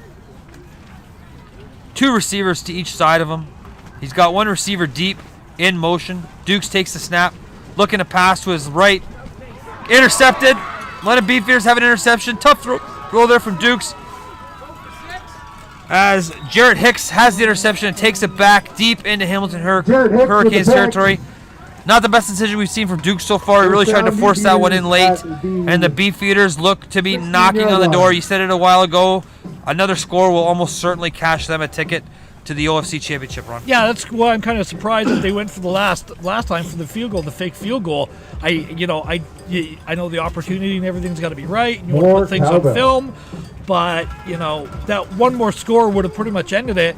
The safety didn't have to move for that. It was thrown to a spot, and the ball was being a little bit high out of Dukes for most of the day with the wind as it came back again. And was able to elevate that, but easy interception for the Beefeaters, and they're knocking inside the red zone. Callum hands off to Vang Bell. A pile of bodies push Vang Bell forward. He's going to have a minimal gain on first down. It'll be 2nd and 8 for the Beefeaters here. Just past the 20-yard line going in, looking to punch in their 3rd touchdown of the game. 11-11 left. Make a wish, Ron. 11-11 left in the 4th quarter here in OFC semifinal action between your London Beefeaters and the Hamilton Hurricanes from chilly Citywide Field in London, Ontario. It seems like the wind has taken the crowd out of the game a little bit, which is good because we had a little bit of fisticuffs early. The crowd was really getting into it. Yeah, there was some words being exchanged between the patrons at the field. Passionate here. OFC football fans. We love it. London Beefeaters, 2nd and 9. McCallum under at quarterback. Vang Bell beside him at running back. McCallum back to pass. Looking. Nowhere to go. Met in the backfield by 3 of the very talented, very handsome Hamilton Hurricanes defensive linemen. And McCallum will go down. It'll be 3rd and long. Beefeaters send out the field goal team looking to make this a 3-score game. I like the decision from Coach Lake. What do you think, Ron? Yeah, again, looking at the replay again, just nowhere to go with the ball. Great blanket coverage downfield. The Beefeaters were trying to get the out early, as you can kind of see it there, but it was jumped on pretty quick. And then just nowhere to go. The linebackers kept their eyes in the backfield, and eventually the pressure got there, as we see just waiting for the referee to blow the play in, maybe, or not sure. But anyway, great coverage sack for the Hurricanes there. Matthew Stackhouse kicks the field goal. This will be a 27-yarder. Kick is up, wide. Hamilton picks it up in the end zone, looking to return. And he'll end up... Oh, he's cutting back. He's still alive, and he falls to the ground. That'll be a single point for the London Beefeaters, making it a 17-0 lead. This is the 3-score game they were looking for, so regardless the kick was missed, the point becomes very valuable because it makes it a 3-score game now. London leading with 9 minutes and change left in the fourth quarter, looking to move on to the OFC Championship game next week. Hamilton, in this situation, Ron, you're down by 3 scores, 9 minutes left. You haven't had much success in the offense. What are you thinking if you're the play caller for the Hamilton? What's your mindset in this situation? My mindset really hasn't changed from what I said coming out of the half. Like kind of run the ball a little bit, try to establish a sprint game, try to get those high percentage passes. You saw that earlier one on that kind of skinny post there. That was by far his best throw of the game, and you could have built momentum on that. You've got to find something where you get a blocker or two in front, spring a long run, maybe run a draw play, or, I don't know, just run some basic hooks and try to move the sticks. The clock's against you now, though, and I hate to beat a dead horse, but we are in the 8th quarter of games that these two teams have played in the last 3 weeks, and Hamilton is yet to cross into the end zone. Dukes looks to throw early. He completed pass short for a gain. It was a high throw. That was Quincy Belanger, number 13. Belanger made a great effort to get up there and stab a hand into the ball and come down with it. That's a fantastic catch. He goes up one-handed and brings that in. Fantastic's not a word you hear around football a lot, Ron. I appreciate you bringing it in. That's a great, thank you. That's a great description of that catch because it was a fantastic play. Second down and 7 yards to go here for the Hamilton Hurricanes, looking to get on the board, make this 2-score game here as they trail 17-0 with 8:51 left in the game. If you tuned in, expecting to see a clean game, you tuned in the wrong channel. You might be disappointed because there has been a lot of flags. Dukes turns, hands the ball off. London Beefeaters say no, thank you. They have a party in the backfield, and the Beefeaters defensive line has been dominant. I think I'm going to make a prediction right now, and I know we're a big prediction crew here. If you see the London Beefeaters hosting the OFC Championship Trophy in 2 weeks, a huge part of that is going to be thanks to their defensive line. They've been the story all year. They've been dominant in sections, completely dominant in other times. Today's one of the games where they've really turned around and said, hey, we're going to take control of this game. James Fletcher and his boys up front have really gotten after the Hamilton passer on 2nd and long situations. We got a 3rd down and long here, 3rd and 12 for the Hamilton Hurricanes, who are going to look to go for it. And I think this might be the play. This is it. If they can't convert this play, there's a good chance that London is going to be moving on to the OFC action.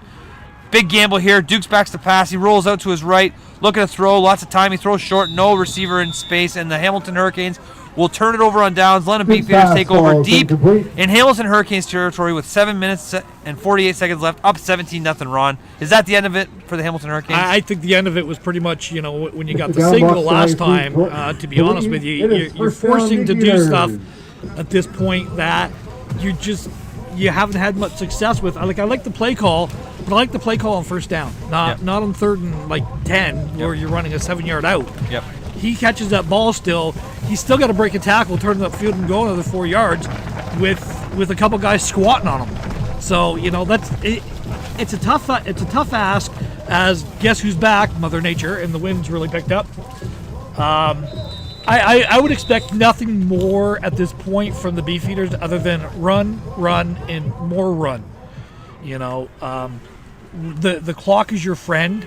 You're up 17. You would like to get another one? Sure, why not? I don't think it's going to really matter, but you're going to run the ball here. And that's Van Bell cuts back to his right. He's got a lot of space. Van Bell is upfield. He's going to go to bounds. Great run from Van Bell on 1st down as London Beefeaters look to run the clock out here, leading 17-0. I can't see how much of the game, but it was a good one. Van Bell works the inside zone, his left, cuts back hard as his patented move and finds a lot of space. We'll call it a 9-yard gain here. 2nd and 1 for the Beefeaters here.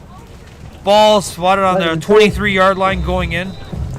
McCallum at quarterback.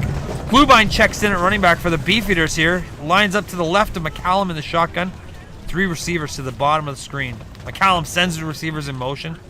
He turns, hands off to Klubine. Klubine up the middle, makes one miss, makes two miss. He's got space, spins off, makes another. Klubine really pumping those feet for a big gain. We got another first down for the Beefeaters here as Klubine comes in, and he's the hammer. He's the hammer to Van Bel's surgical knife. And a lot of Beefeaters are knocking on the door, looking to make this a 4-score game.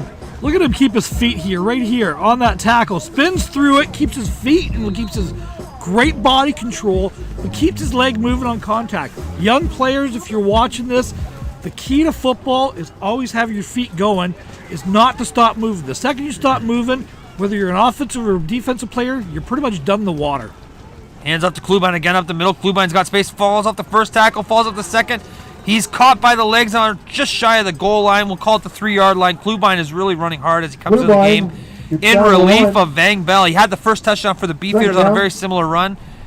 Let's see if they keep Klubine in the game and let him punch this one in for the score. Yeah, great run there. Again, let the offensive line eat. Let the backs eat. You know, old man, old power football that, you know, deep down inside. Even the spread game, it's all based on power. It's all based on double teams at point of attack and driving down. I love this style of football in November. Get your bigs on bigs and go get it. Beefeaters bring in their goal line package, hand off to McPhail. McPhail plunges at the middle for a short gain. Not going to be enough for the touchdown. 4 running backs in the backfield for the Beefeaters. 2 tight ends. A lot of beef in the backfield for London Beefeaters. McPhail out of Saunders. Punches it forward, but not able to get enough. Be 2nd and goal for the Beefeaters here on the 1-yard line. 3rd and goal. Sorry, 3rd and goal for the Beefeaters here. McCallum under center. 4 running backs beside him. Dyer is deep. McPhail right behind him. McCallum takes a snap, hands off to McPhail again. Same play, and he's able to find the end zone this time for a touchdown for the Saunders grad. Dante McPhail punches it in. London Beefeaters jump out 23-0. I think that's it for the Beefeaters. We'll be seeing them next week in OFC Championship action, Ron. Yeah, Dante McPhail, kid who I've called his name a number of times throughout the years with the Junior Mustangs and with the Beefeaters.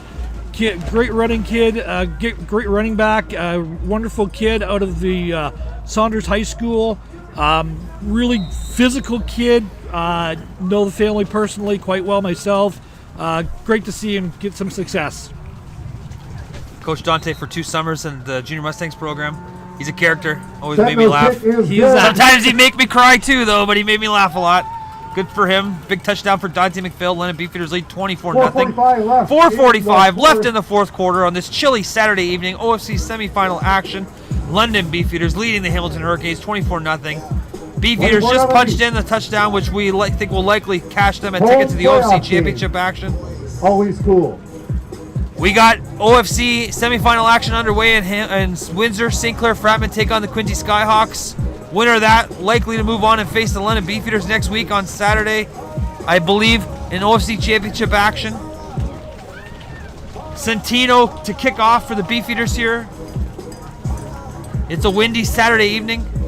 The feet, the toes are chilly as the clock ticks to 0. Looking for the London Beefeaters to return to the OFC Championship for the first time since 2019 when they were OFC champions. And that was a game that they actually won in Windsor. So the Beefeaters didn't host the playoff game that year until the Canadian semifinals. Centino kicks it deep. Caught upfield for the Hamilton Hurricanes. He's got some space. Finally circled by a plethora of London Beefeaters, and he's tackled for a first down. Hamilton will take over. First and 10. Let's call it the 32-yard line of London. 25. I was way off. Way off. 24-0. London Beefeaters lead here. Coach Gavin Lake looking to run the last 4 minutes and 40 seconds off the clock and send London to the OFC Championship game here. Ron, what's your mindset if you're in that 4-minute tempo, 4-minute mentality we talk about where you're leading and you're just trying to get out of this game without any more damage? I think you're doing kind of on the next offensive series. You have wholesale substitutions happening. I don't think you have any of your starting receivers or quarterbacks or running backs out there. You want to milk it. You want to get some players out there. I think that they're I guess it's offside on the kick. I'm not really sure. Another flag on the play. I didn't see it. Oh, we got a do-over. But it wouldn't surprise me. There's been a plethora. I like the word plethora. There's been a plethora of flags in the game tonight. The referees might be the only guys not cold because they want to stay out here as long as they can, really get their money's worth. Keep throwing the flags in the play, not realizing all of us folks are chilly, feet are freezing. And we'll re-kick that play. So everything that just happened is for naught as the London Beefeaters will line up and kick the ball off again after the penalty.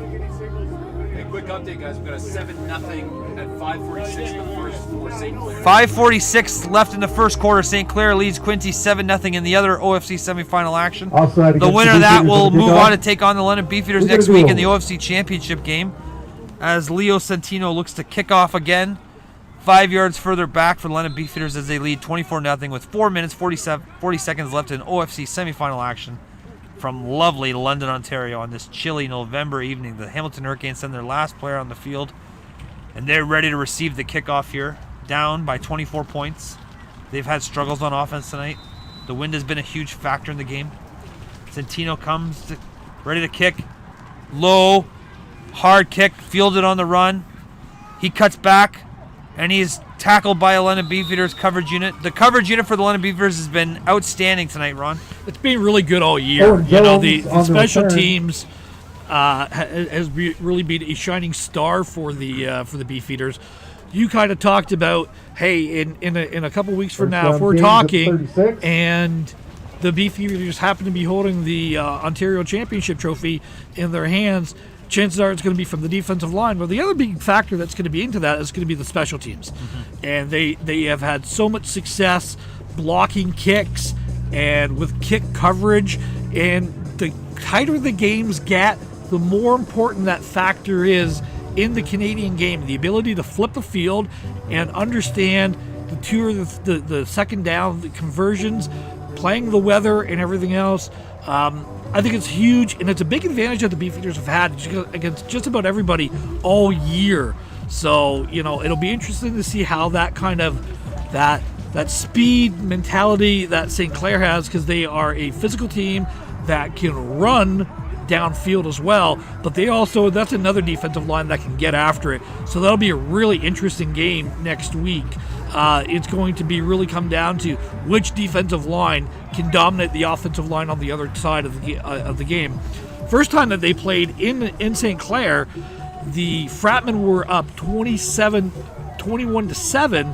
Beefeaters actually came back and tied it, and then Windsor scored, I believe it was like 30 seconds left in the game to take the lead. It was a really exciting game. The time that London and Windsor played here, Matt, it was a game that you and I called about a month ago. Wasn't as close as anticipated, Shout out to the Mustang but TV folks you kind of saw some things that Windsor St. Clair saw and exploited.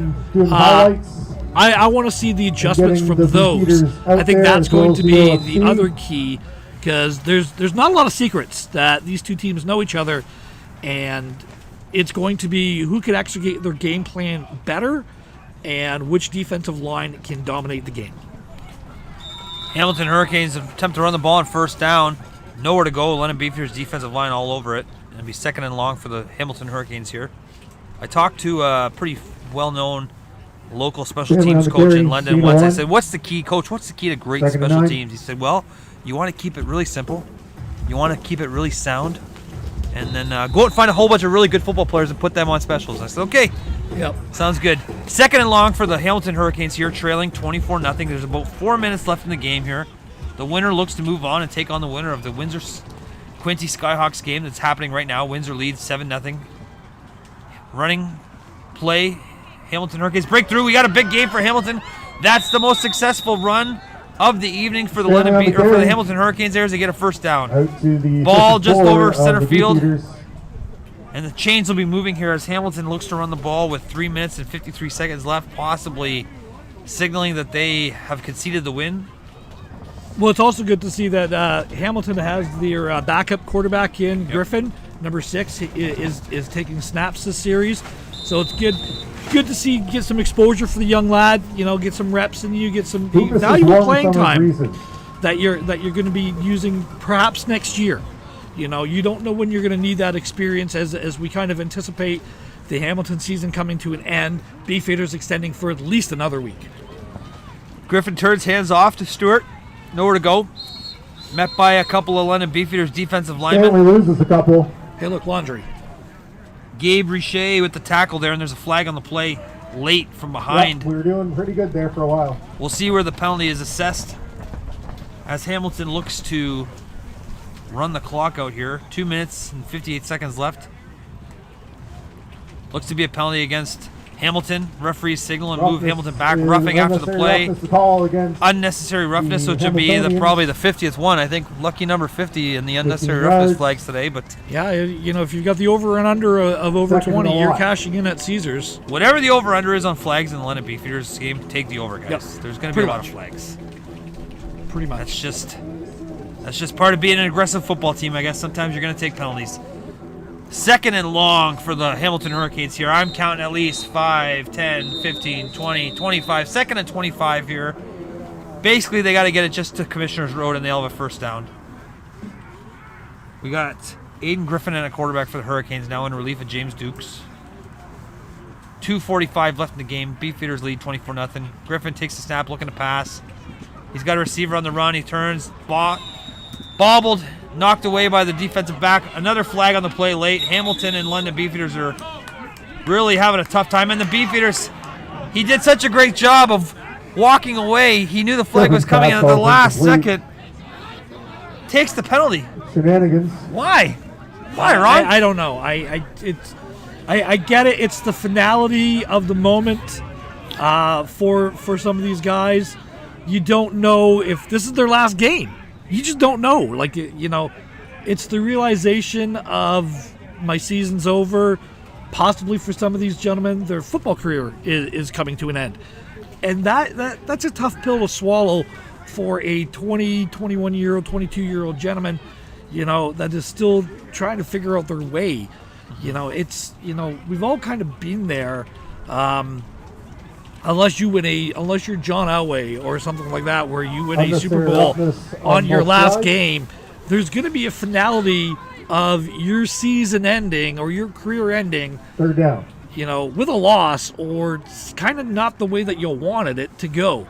And I've talked to many athletes over the years, you know, for me, decades ago, I remember being there as well.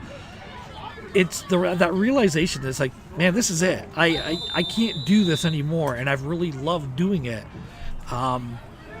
It's hard for those young men. You know, Matt. You know, you've been around it as well. You kind of know what I'm talking about with regards to that. Well, that's been life lessons from Dr. Ron, but. No, I hear what you're saying. It's tough. It's a very emotional time when you kind of realize that your football career may be coming to an end. You've played this game for a long time. Sometimes you start when you're, 7, 8, 9, and then all of a sudden you look out and you're like, hey, this might be my last drive ever. I'll be a fan or a coach or a referee next, but I'll never put on the pads and play again. It's a tough reality.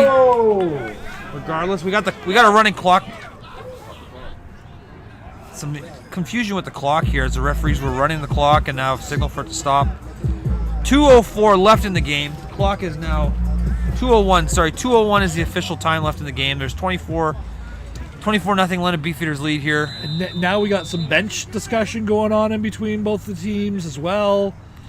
Hamilton back to punt. London Beefeaters bring the pressure. Punt is away. It's going to be caught on the run. A lot of space there. Great return. Ron is very happy with that, and the Beefeaters have a great return. They'll take over first and 10 from the 50-yard line of Hamilton, leading 24-0. Good job taking we got that one in the air. 1:48 left on the First down, clock. Beefeaters. So just under 2 minutes away from the Beefeaters moving on to the OFC Championship. Coach Lake, in his first year as head coach of the London Beefeaters, returns London to the championship game as they will take on the winner of the Quincy Skyhawks St. Clair Fratman game that's underway in Windsor. Last we heard, Windsor was out to an early 7-0 lead. London Beefeaters have brought in backup quarterback Ethan Reed now in relief of Clark McCallum, who played a pretty good game considering the circumstances. LJ Dyer at running back. Reed sends his receivers in motion, turns, hands off to Dyer. Dyer up the middle, cuts back early, tackled by the Hamilton Hurricanes defender for a short gain. It'll be a gain of 4. 2nd and 6 for the Dyer on Beefeaters the here. carry. Ron? Yeah, again, just that 6 up zone 5, play. You know, 4. you're looking for an extra kick-out block, a good double team at 2nd the and point of 6. attack, and you're trying to hit that crease and bounce it. It's almost like a glorified off tackle, almost is what they're trying to do. Is trying to get a double kick out, trying to get a seal, a little bit of a version of the old Packers sweep, except for it's a little bit more inside. 2nd and 7 for the Beefeaters here. Ethan Reed at quarterback now. Dyer beside him. Turns, hands up to Dyer. Dyer's up the middle. Nowhere to go there. He's going to be stuffed for a Dyer short on the gain. carry. Call it 3rd and 5 for the Beefeaters here. Coach Lake likely to send out the punt team and pin Hamilton deep with a 6 minute up 3 war. left in the game. 59 seconds to be exact. Referees blow the whistle and the clock ticks under. 50 seconds here. We're seconds away from the London Beefeaters moving on to the OFC Championship game next week. Pending the winner of the St. Clair-Quinte game, they'll know their opponents by midnight tonight. And I'm sure Coach Lake and his staff will be up early tomorrow getting ready to start game planning for an OFC Championship game. Looking to repeat as OFC champions, although there was a slight break between the last time they played and this year, thanks to that little thing called COVID. But we look to be ready for the London Beefeaters to move on and try to cash in a ticket to the 2nd OFC Championship in 2 years. Centino with the punt. It's going to bounce. Hamilton has one returner back, catches it. He's round the left side, coming back around the right, cuts up the middle, nowhere to go. He's going to fall. Flags on the play as he gets tackled inside his 5-yard line. Hamilton will start the drive deep in their own territory. Kevin Liu on the return. Well, that's the clock. They let the clock run, and the game is over. I didn't realize the clock had been running the entire time, but the game is over, and Hamilton has fallen to the London Beefeaters, 24-0. The London Beefeaters will move on to the OFC Championship game next Saturday against the winner of the Quinte Skyhawks St. Clair game that is underway as we speak. Congratulations to the London Beefeaters for cashing a ticket to their 2nd straight OFC Championship game. Ron, any final thoughts before we 24-0 check off for tonight's broadcast? You know, again, I think the inevitable has happened, or is about to happen with the 3rd and final installment of the London-Windsor rivalry that we have coming up next weekend. Congratulations to the Beefeaters. On a note for myself, Matt, thank you very much for joining me this season. Johnny Urban, who's usually here with us, you know, I wish you all the best. Wish you, my brother. Thank you to Coach Melrose for putting this all together. And again, thank you to you, the fans, for allowing us to come into your homes on these Saturday evenings. Matt, I'm going to leave the last word to you. Hey, thanks for joining us tonight. Grandma and Grandpa out in Manitoba. Hope you enjoyed the game, everybody as well. And from the London Beefeaters, thank you, and we'll see you soon. Take care. Have a great evening, guys.